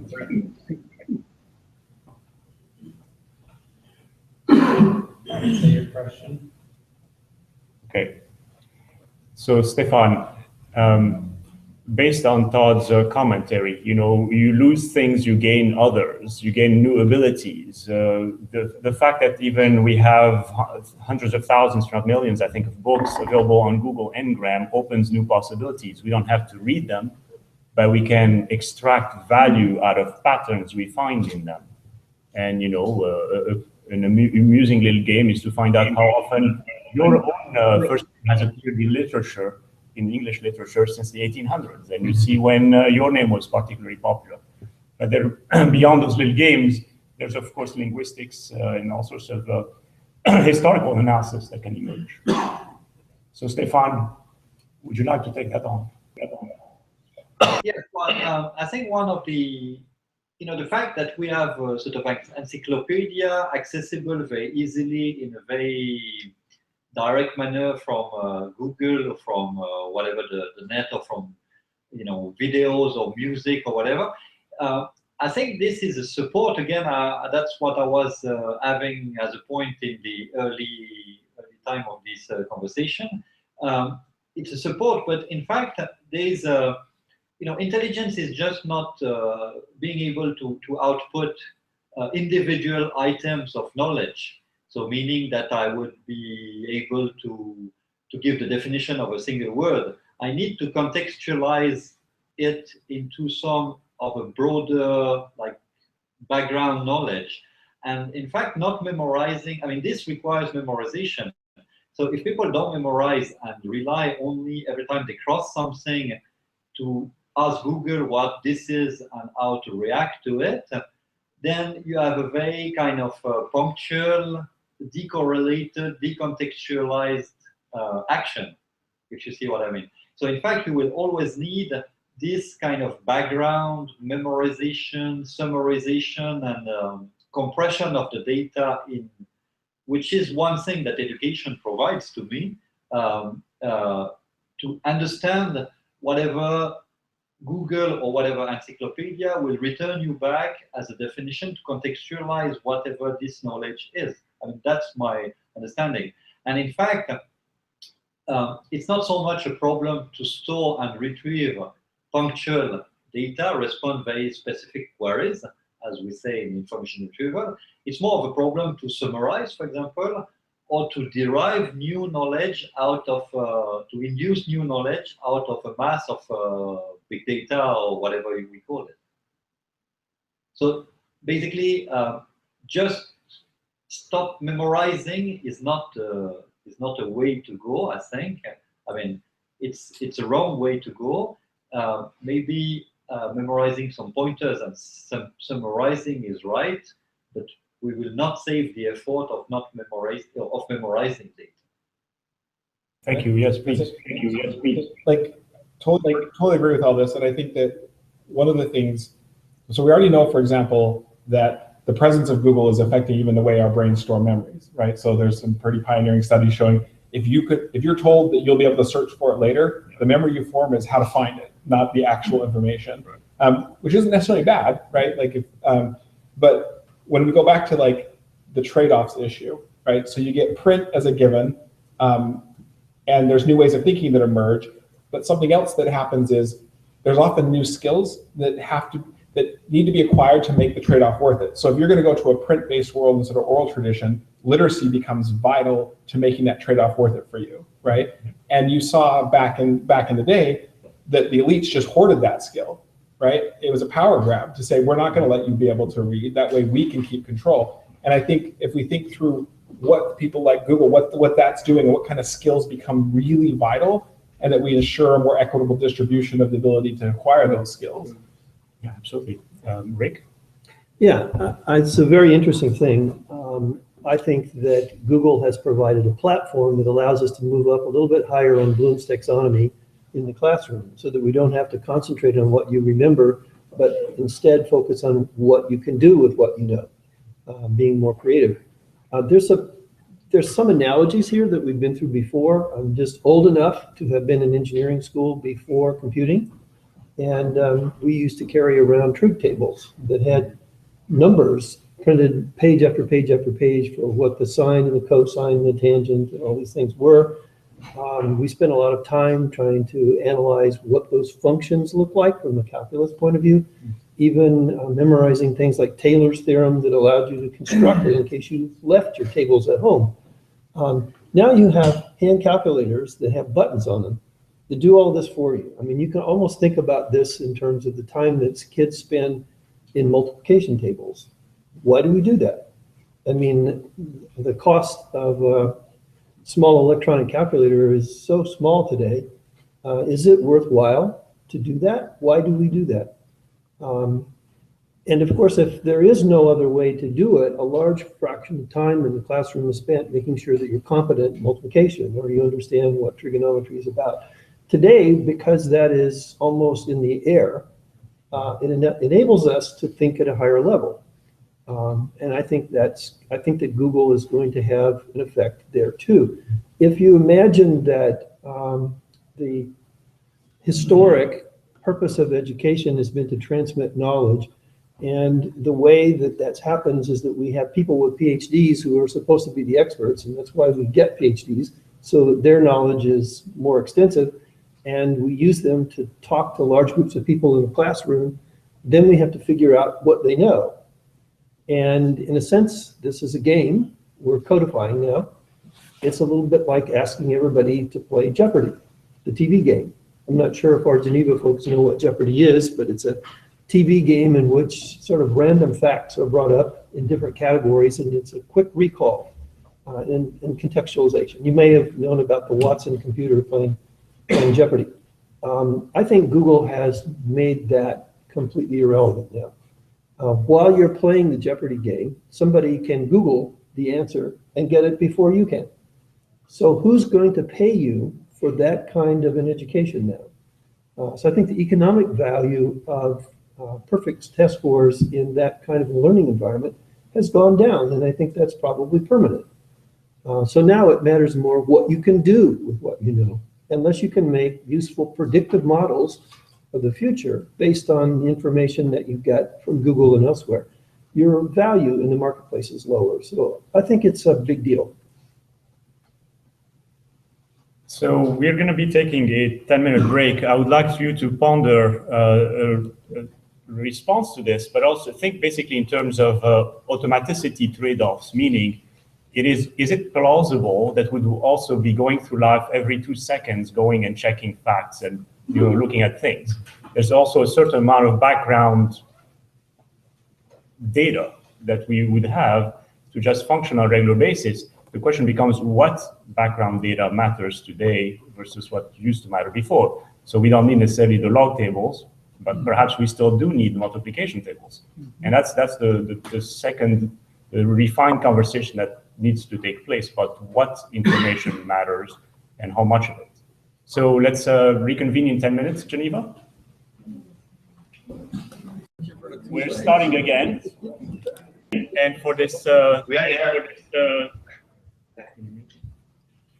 for this third and last period, what we're going to do is continue the conversation. Then at some point towards the end, perhaps 15, 20 minutes before the end, I would like to open it up to the audience we have here in Boston to have them ask questions of anyone they wish to ask questions of. But to get us started again, going back to this issue of automaticity and just a practical aspect. We all live with a lot of knowledge in our heads, some understanding even of that knowledge, and that helps us function on a routine basis. It gives us context, it gives us automaticity. I'd like to explore that a bit, have your thoughts about how will we think through, what is a process perhaps to think through what matters versus what doesn't matter? What can we be relying on for databases everywhere in the cloud versus what we should have already present in us?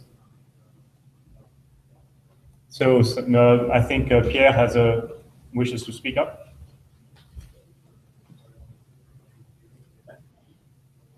I think human animals have a lot of nostalgia. So we live a lot and we think a lot of education by thinking that the past was better. And like phone numbers, we don't memorize phone numbers anymore. Okay, we used to. Now we have a name on the phone and we click on the name, so we don't have to. And is there any usefulness? Yeah, there are some cases in the life where you don't have your phone and you should call someone with another phone, blah blah blah. But all these things that we teach at school, we were discussing that with Conrad over the break, that we just teach because we have always taught them. Like the decimal systems, okay? 1 meter, 1 decameter, 1 hectometer. How did you hectometer? Did you run today? And we continue to teach this because we are supposed to teach decimal systems. So to answer your question, every time, so Google and so on, they are cognitive prostheses. So they extend our cognition, and every prosthesis unskill you because you don't practice the skill that this prosthesis is doing for you. And sometimes you get rid of the prosthesis, like you learn to swim with a buoy, and at some time you get rid of it, otherwise you never swim. Sometimes you don't get rid of it, like, no, I managed to read thanks to my glasses, and I cannot escape from this anymore. But, so, I mean, we have to accept that the knowledge we need is changing, and some of them will not be there anymore. We've had this discussion many times, but, and, you know, we could carry on for a long time, but if I look today, my kids who are always in Google, what they know today, what my parents knew when they left school, my kids know 100 more times about the world, about everything, than my parents who were memorizing poems and facts and had a better spelling and everything like that knew. I mean, my parents were kind of in the middle age compared to what my kids know today. And so beyond the discussion about having tools unskill us, having schools that perform cognitive function like pocket calculator unskill humans, globally speaking, if you look in 2 generations, for me, the knowledge has been multiplied. The knowledge in the memory of an adult has been multiplied by 100. And you said, should we memorize? But we never not memorize. We always memorize. I mean, our brain is recording all the time. So there is not what we call memory exercise at school, which is rote learning, but we always memorize. When we Google, we don't maybe memorize the definition, but we memorize the information is stored, collected, organized, and so on. Okay, stop.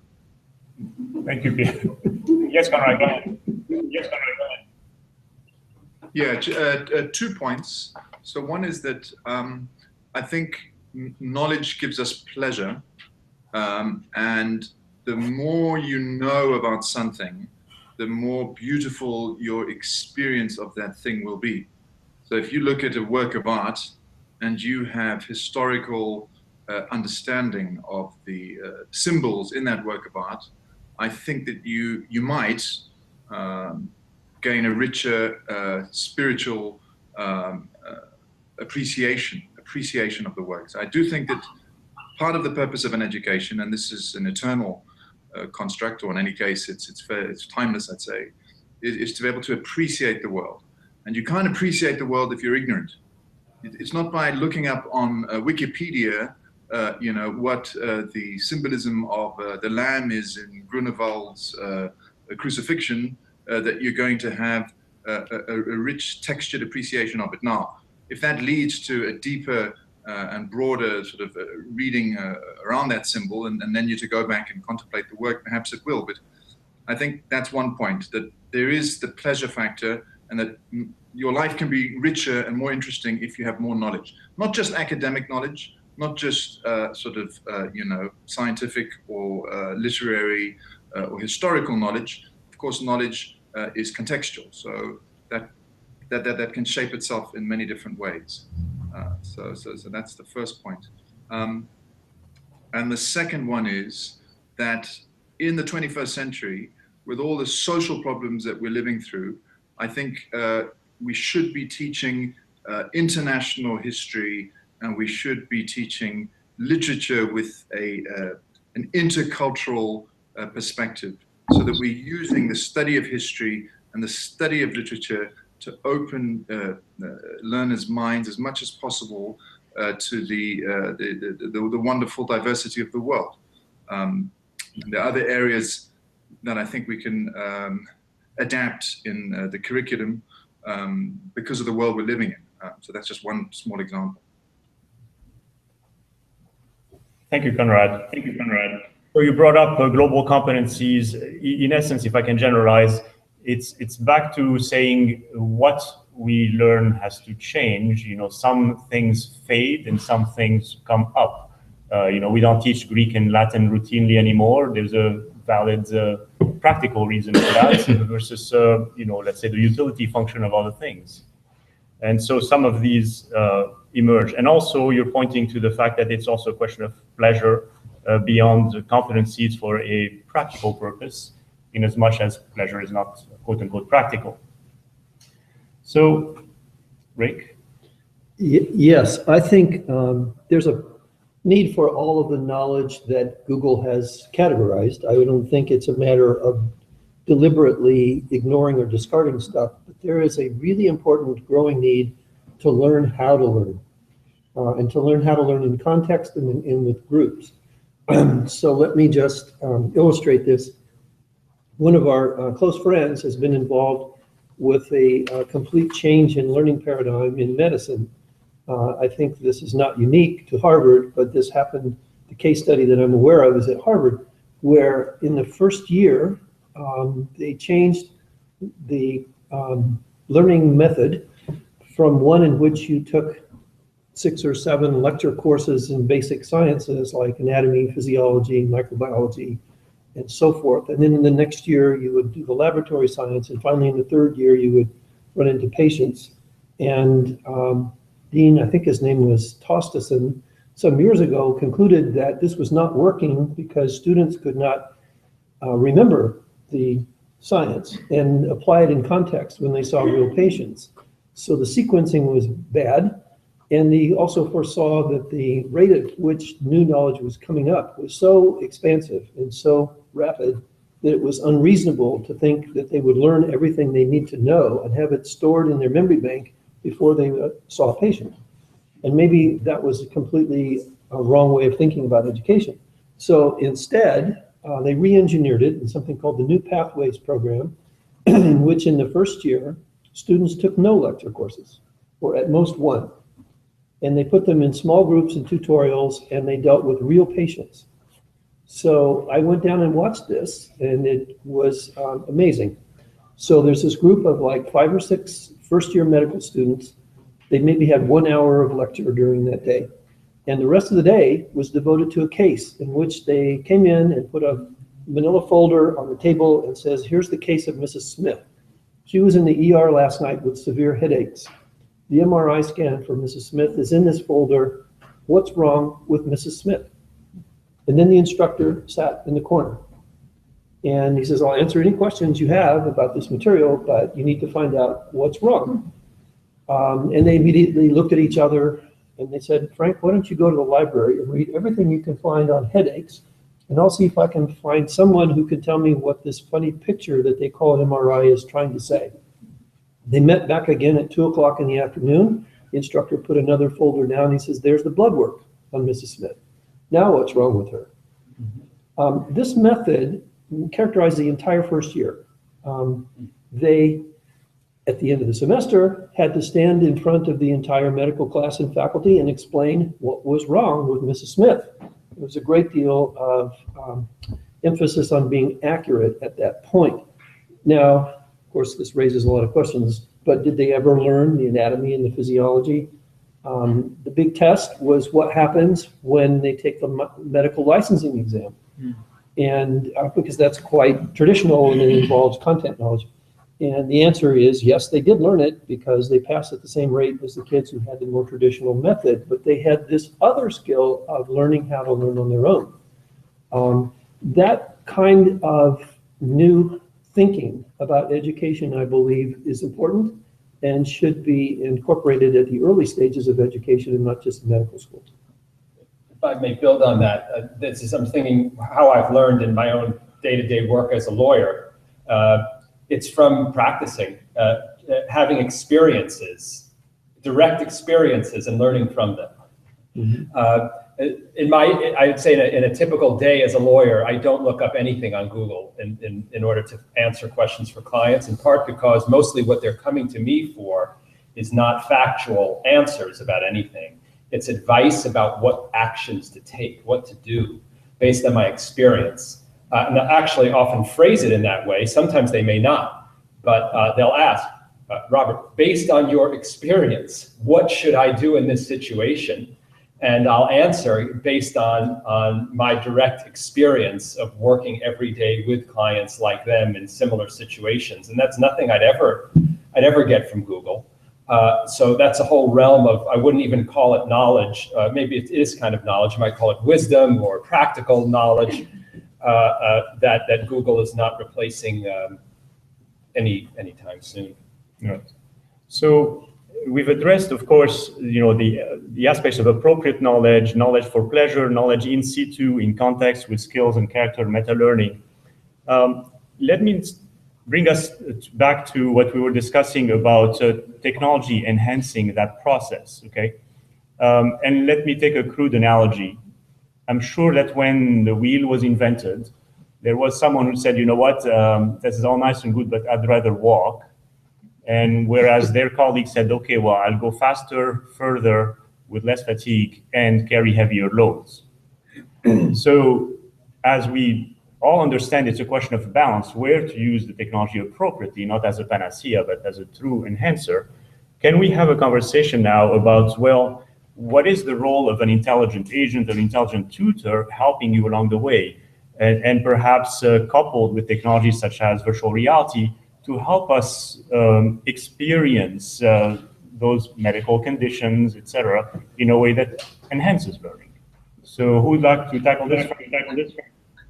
Yeah, I'd like to back up one step, Yeah. actually, because I think in something that Conrad said, I think that the technology now is serving these sort of two, in some sense, contradictory roles. On the one hand, it's creating very uneven disruptions in the economy in terms of job loss and so on.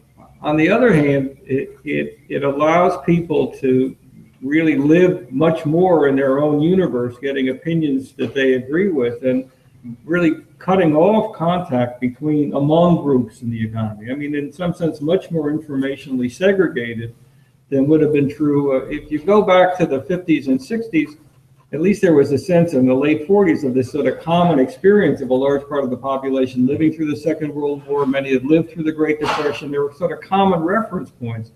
That's breaking down, and technology is enabling that to break down, I think, much faster in terms of getting opinions that agree with your own. So there's this stuff going on the one hand, and more people are unaware of it on the other hand. And I guess the best example in the last 3 or 4 weeks is this sudden kind of re-estimation, this rediscovery of just how much damage the Chinese trade really had done to certain communities that was just kind of passed over by my profession, because, well, we sort of know about trade adjustments. So it turns out not true at all. We didn't know about it.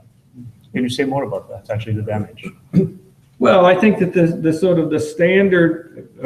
standard story that most economists had in their head was that international trade creates kind of modest disruptions and people readjust and move into new sectors and so on and so forth. And to the extent that there are real big job losses, I think 10 years ago, most people would have said it's more due to technology than trade. And then David Autor, who you've worked with and so on at MIT, and 2 other researchers went through and did a much more careful statistical analysis. And it turns out that within certain well-defined geographic areas, that the impact of Chinese trade in the first decade of this century had enormous negative impacts. There was much less adjustment than sort of the standard story would predict. And I think that the subtext of that was that people live sufficiently in their own worlds that some set of people are going through tremendous dislocation, and other set of people say, well, we know the trade theory, we know how this is working, and that's the end of it. Right. Well, that's no way to hold a society together. Thank you. Geneva?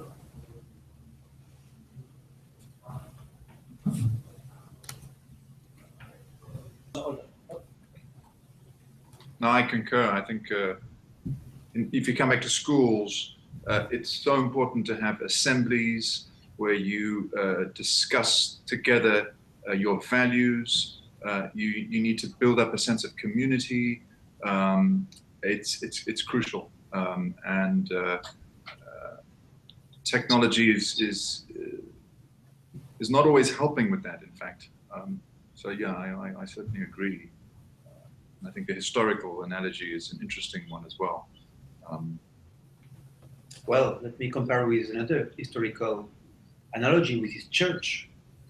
The generation before us, they were not much more. Their way of thinking was much more driven by what the priest would say at the church. So I don't know. It's when do we look back?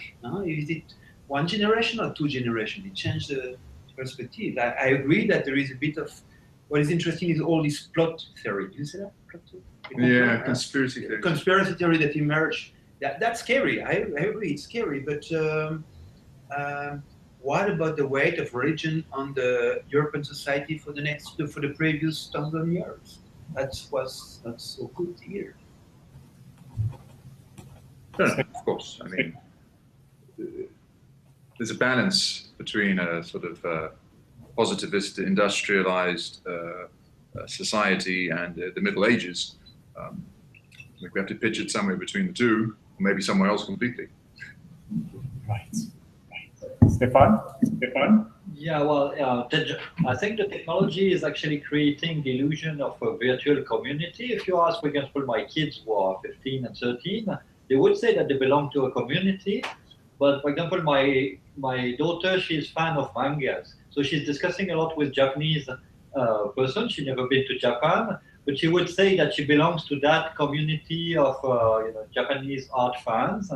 And in fact, she belongs to a community that she has never met. So is it an illusion of belonging to a community with values, with some kind of common jargons, language, and everything?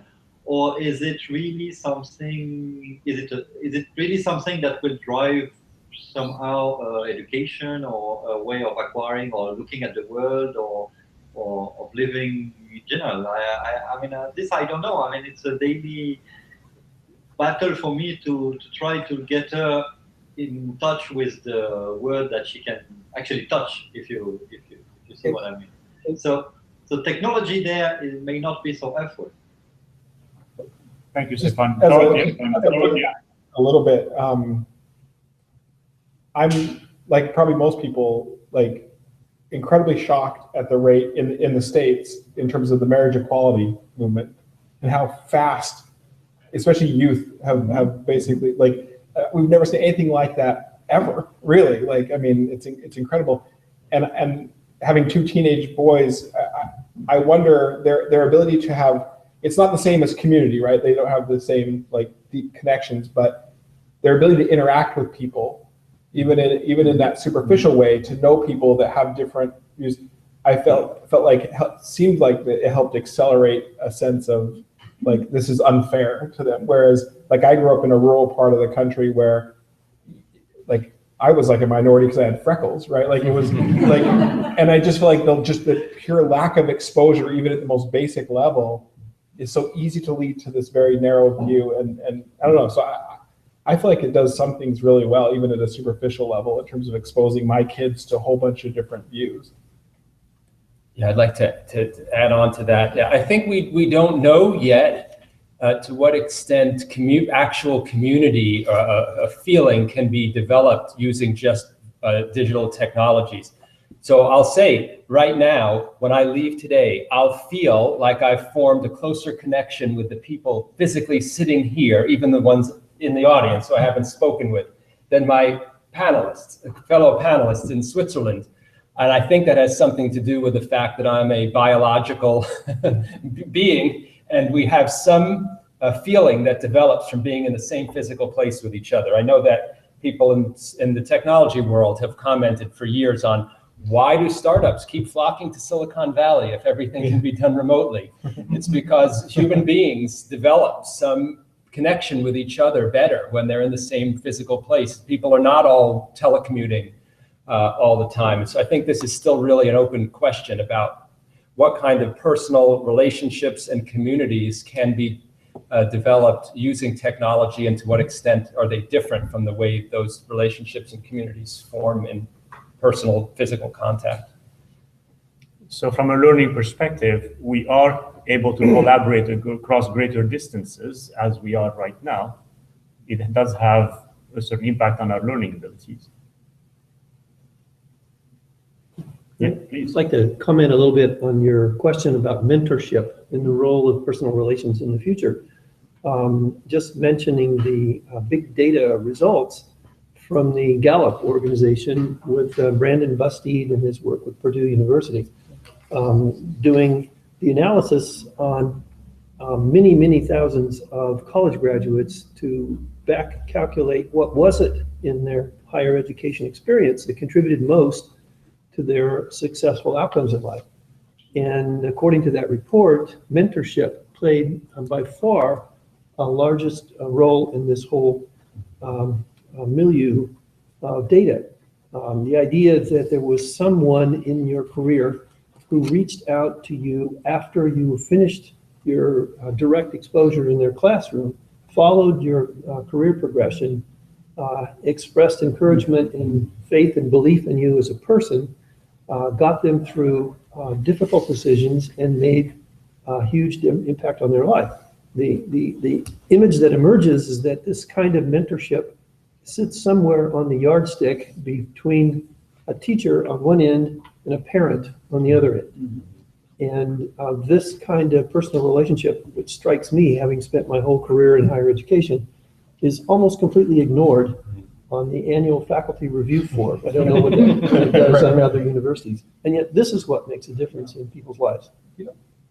To this point, so I was taking part in some other work around online learning, and there's this intriguing new model that would speak to this a little bit. So on the one hand, something like Southern New Hampshire University, which has College for America, which $2,500 a year, all you can learn. Now, of course, it comes with all the problems of isolated online learning.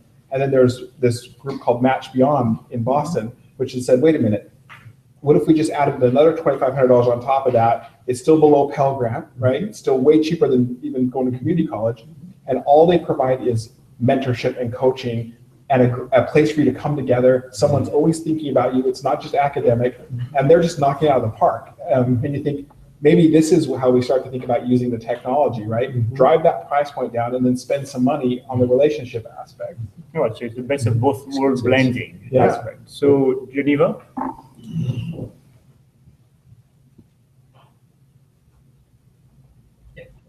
I disagree with the belief that online is not a true relationship, even if it's not biological. How many people married or divorced by Skype, by internet, by whatever?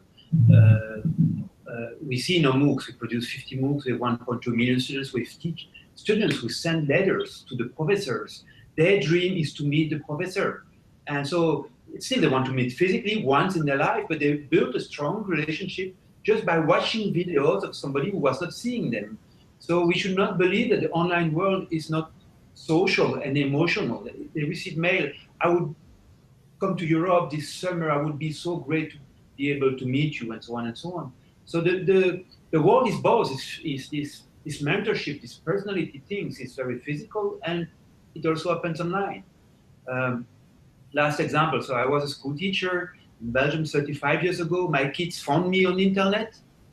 They made a party 35 years later, so they can confirm the study that you mentioned, that probably I had an influence on their life because we did the same picture again 35 years later. But they found me on internet. They followed the relationship on internet. So it's not that we are in a world that is online or physical. The online world is very physical. I mean, I still have a body when I speak to you online. So it's kind of an intellectual game to try to separate what is online and what is face-to-face. Okay. Yeah, I mean, just piggybacking on that, I think where there's a will, there's a way. And Heckman's work on grit was being mentioned. We all know that if you really want to learn something, a few things can stop you. And perhaps it is the case, this has been my experience with online courses for students, that the more motivated ones tend to stay the course online, whereas if you're trying to catch a learner, it's quite difficult to do that through a screen. If I want to learn something on a YouTube tutorial, that's perfectly good for me, but it's because I want to learn it, I want to go there. If you're telling me I have to go and learn my maths online and I don't want to, I'd probably be better off with a face-to-face teacher. Well, I have a case study of a vocational school here, where we talk about MOOCs, and I said, oh, you are a vocational school, MOOCs are for academia. And the director told me, no, Pierre, wait a minute. I train carpenters, and then we fail the national exam because of the mathematics. So could you do some mathematics MOOC for my students? And we did with the professor of the school. And so they were forced to learn mathematics, but it was not their choice. And the professor produced the MOOCs, and then we did analytics and everything, and they said, that's not my students anymore. My students, I mean, they've been watching, my carpenter students were watching mathematics videos on Sundays. I would never expect that that this could happen. So even in the case when not a free decision to go and learn mathematics, we're extremely surprised by there are some other advantages, the fact that you can pause the professor, they can watch it 5 times, and so on and so on. There were some advantages that you can do it whenever you have the time, and so on. There were clear advantage for them. Maybe it's because Pierre did the MOOCs and he was in them. Stefan? Yeah, I think, again, taking the sort of role of the technology guy, I think the technology may also add some augmenting. I mean, just the fact of being able to pause the teacher, but also to click on the teacher to know what, some more information, know more or whatever, in these augmented videos or in this augmented material. So maybe the technology would add some dimensions that may not be so bad after all. I don't know. I think everything there's 2 sides of everything. So I think there's really something that could be exploited there, and there's a wealth of things that could be exploited in the right way. Right. So if I may, no technology comes without its impediments, dangers, bad sides, or whatever, but we always find a workaround when it's important enough. If holding a phone to your ear was to be proven to provoke cancers, well, you'd be using a headset instead, etc. You would not stop using the phone. So same for the cars, etc. So I think, to conclude, we're all saying it's a world of atom and bits, not a world of atom or bits. And it's the forever question is with what balance and when and where, and that's, the complexity that we will constantly have to deal with in the decades ahead. And so with that, I'd like to open the conversation to our colleagues here in Boston. And if you have any questions to ask of anyone on either side of the Atlantic, please, Amelia. It seems like in terms of what people should learn, some of the things we've been talking about more towards the personal level, the developing expertise in particular areas, knowing oneself better, becoming better at handling relationships. Some of it pushes towards the global level and kind of understanding people across different cultural boundaries, understanding global problems more. We haven't really heard anything that suggests that what students should learn should be determined at the national or state level. But currently, the vast majority of what people learn in schools is determined at a national or state level. Does that suggest a need for rebalancing, or is it fundamentally important still that, the general body of knowledge or the general skills that everybody should be developing, that it's still appropriate that it should be determined at that level? Well, I think we had a couple of comments earlier on talking about the importance of a shared right. So shared is that humanity national and state, or is that international and global? Well, and then hence the question, is it an and again, or an or, is an or question or an and question, a rebalancing question, meaning leaving enough latitude for personal and local choices in addition to the standards that create a society that actually understands itself, other societies. So, Geneva, would you have an opinion on this? Yeah, just very quickly, I'd like to say, someone who works in international education, and we do an international curriculum, and I feel very passionately that that's an incredibly important body of knowledge to carry with you. Although it's difficult, of course, because it's untenably large.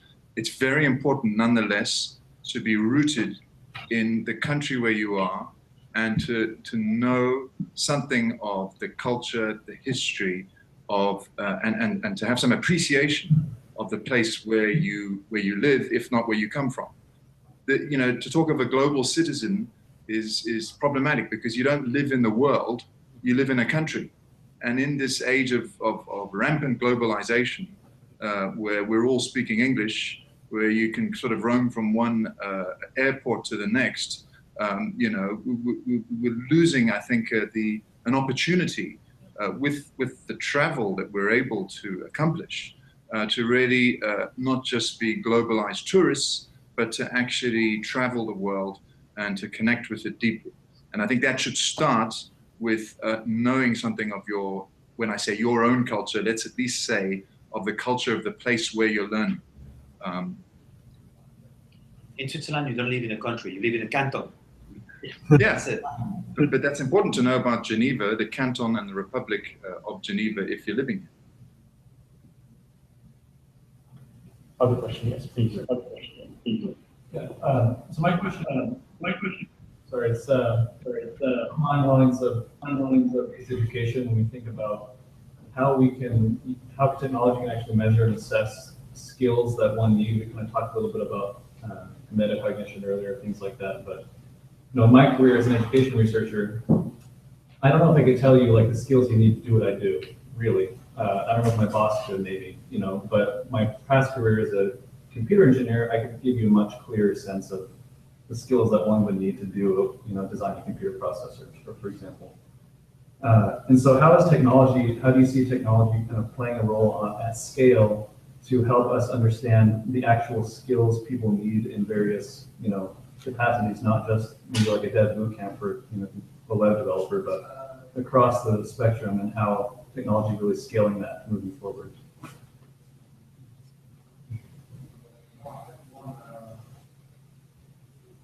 Anyone would like to tackle this? You're talking about technology for learning to learn? Yeah, so if you call, I mean, metacognition, I guess you could say, is a skill one would need for engineering, let's say. And President Miller, you mentioned that. How can we scale that? Machine learning, adaptive learning, these tools that we kind of started talking a little bit about, even Google having all the information that is there, how to use that to scale development of those skills.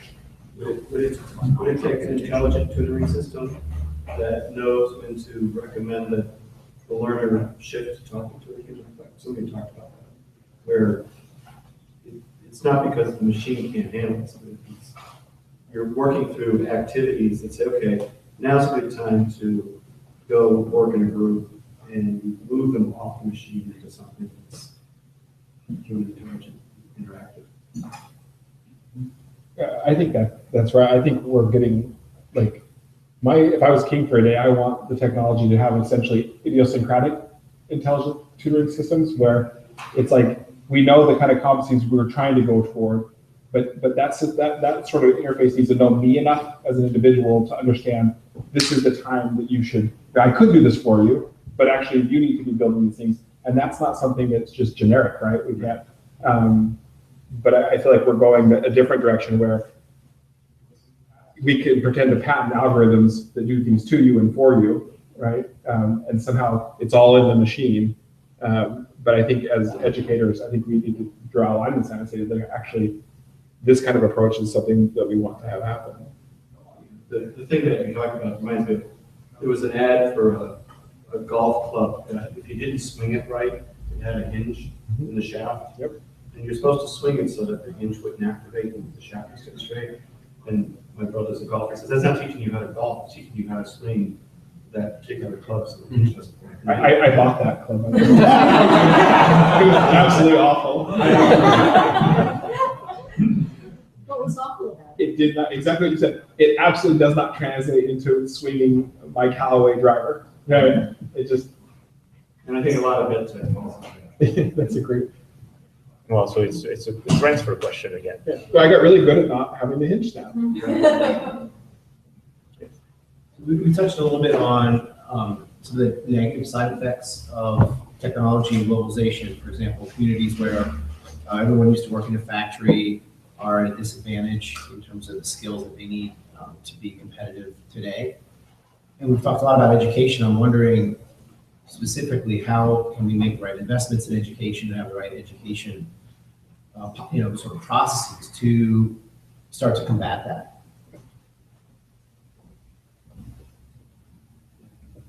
do we invest, is just putting a lot of money into education going to help? Where does that money go? Is it funding college education? And how do we, just how do we apply education policy to help areas become better educated? Is it simply just teaching computer science and everyone in the program in Youngstown, Ohio, going to solve the problem?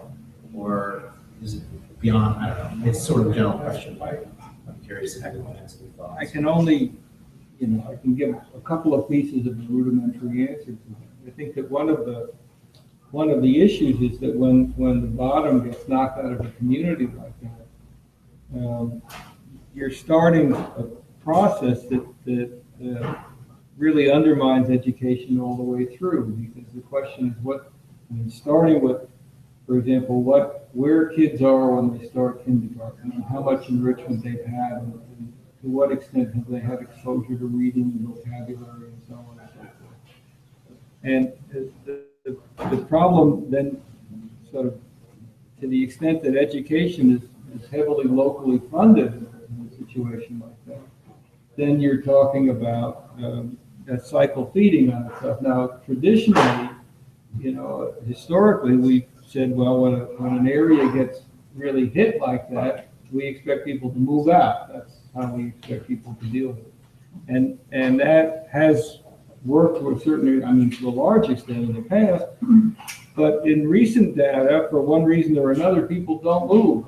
That was one of the experiences in the first 10 years here in this country, in the communities that were devastated. So on the one hand, I would say that you have to try and start putting in some support for what's being demolished. But it goes for more broadly than that, because if you look, say, in the last, since 2008, state support for public higher education has really been decimated. They've really cut back aid, and so tuition has gone up and so on and so forth. And if that's supposed to be the avenue to upward mobility, you're really cutting off the avenue. And so I think, we talked before about institutions. Institutions are really enormously, we got a lot of problems with institutions in this country right now, because they're the ones that and the kind of underlying spirit is going to determine what sort of remedies you're willing to undertake. Scale. Yes, please.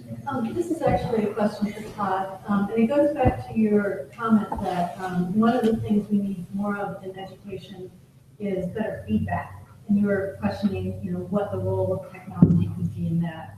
And setting aside the idea of, perfect generalizable AI that could really understand every single thing about you and make all those perfect recommendations, including when to be quiet.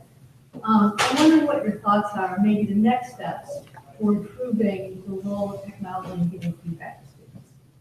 Yeah, so I actually think, even though I tend to think of myself as more of a futurist, it's always good to remember that people had smart ideas before us. And so when I think about how we could use the technology to take these sort of incremental steps with feedback, mastery is a buzzword that everyone talks about it, but I think go back to original Benjamin Bloom, when we talk about taxonomy work. He's the originator of mastery-based learning, but what he meant by it is sort of different. The secret sauce that he talked about was feedback and correctives, and it means something very specific. And there was a lot of research on that up until Nation at Risk and everything, where everyone said, "Oh, we're going to shift focus from every kid can be competent to whatever." But I actually think there's components there around the nature of the kind of feedback and what people do off of it to make it actionable, and the fact that, for example, feedback is not just then doing the exact same thing you didn't do very well again. It's actually using alternative representations and things. So I think there's ways that we can enrich feedback based on Bloom's original ideas, and I think that's a really great starting point. It's not going to be everything, but I think it's a good starting point. Thank you. I just thought you might be interested in a study out at MIT. And they've taken all of the capabilities of the edX platform and they put it into an on-campus physics 1 course. What that's allowed us to do is to get clickstream data of how students use the technology at a very fine grain. And the number one feature that the students liked was a very rudimentary check and X system. So they had put the homework problems online, and the students can immediately see whether the answer to the individual pieces of the problem, right or wrong. The students reported at something like mid-90% that they love this. I don't know if any of you are educational. I know one of you is an educational researcher. Students don't like anything at that level. But what we've been able to do is to actually watch how they use that feedback, that rudimentary feedback, and to understand what's advantageous about it, and then how they go to other resources based on that feedback. And we've also watched them in real time working with each other with the system. So my own feeling about this is that we have to do much more research, and that the MOOC platforms allow us to get that kind of data that we could never see before, the kinds of behaviors and interactions. I agree. And Lori always knows best. Right, whatever you think. All right. Well, thank you. So we're going to wrap up. I want to thank all the panelists, starting with Geneva. And I would like to be on how grateful I am, because they are actually technically on vacation week there, and they still have taken time to be with us. They get vacation? Yes, they do get vacation. And not that time here is any less valuable, because these gentlemen here have taken time from their busy daily schedule to come and be with us, and I really, really am very grateful to all of you. So thank you.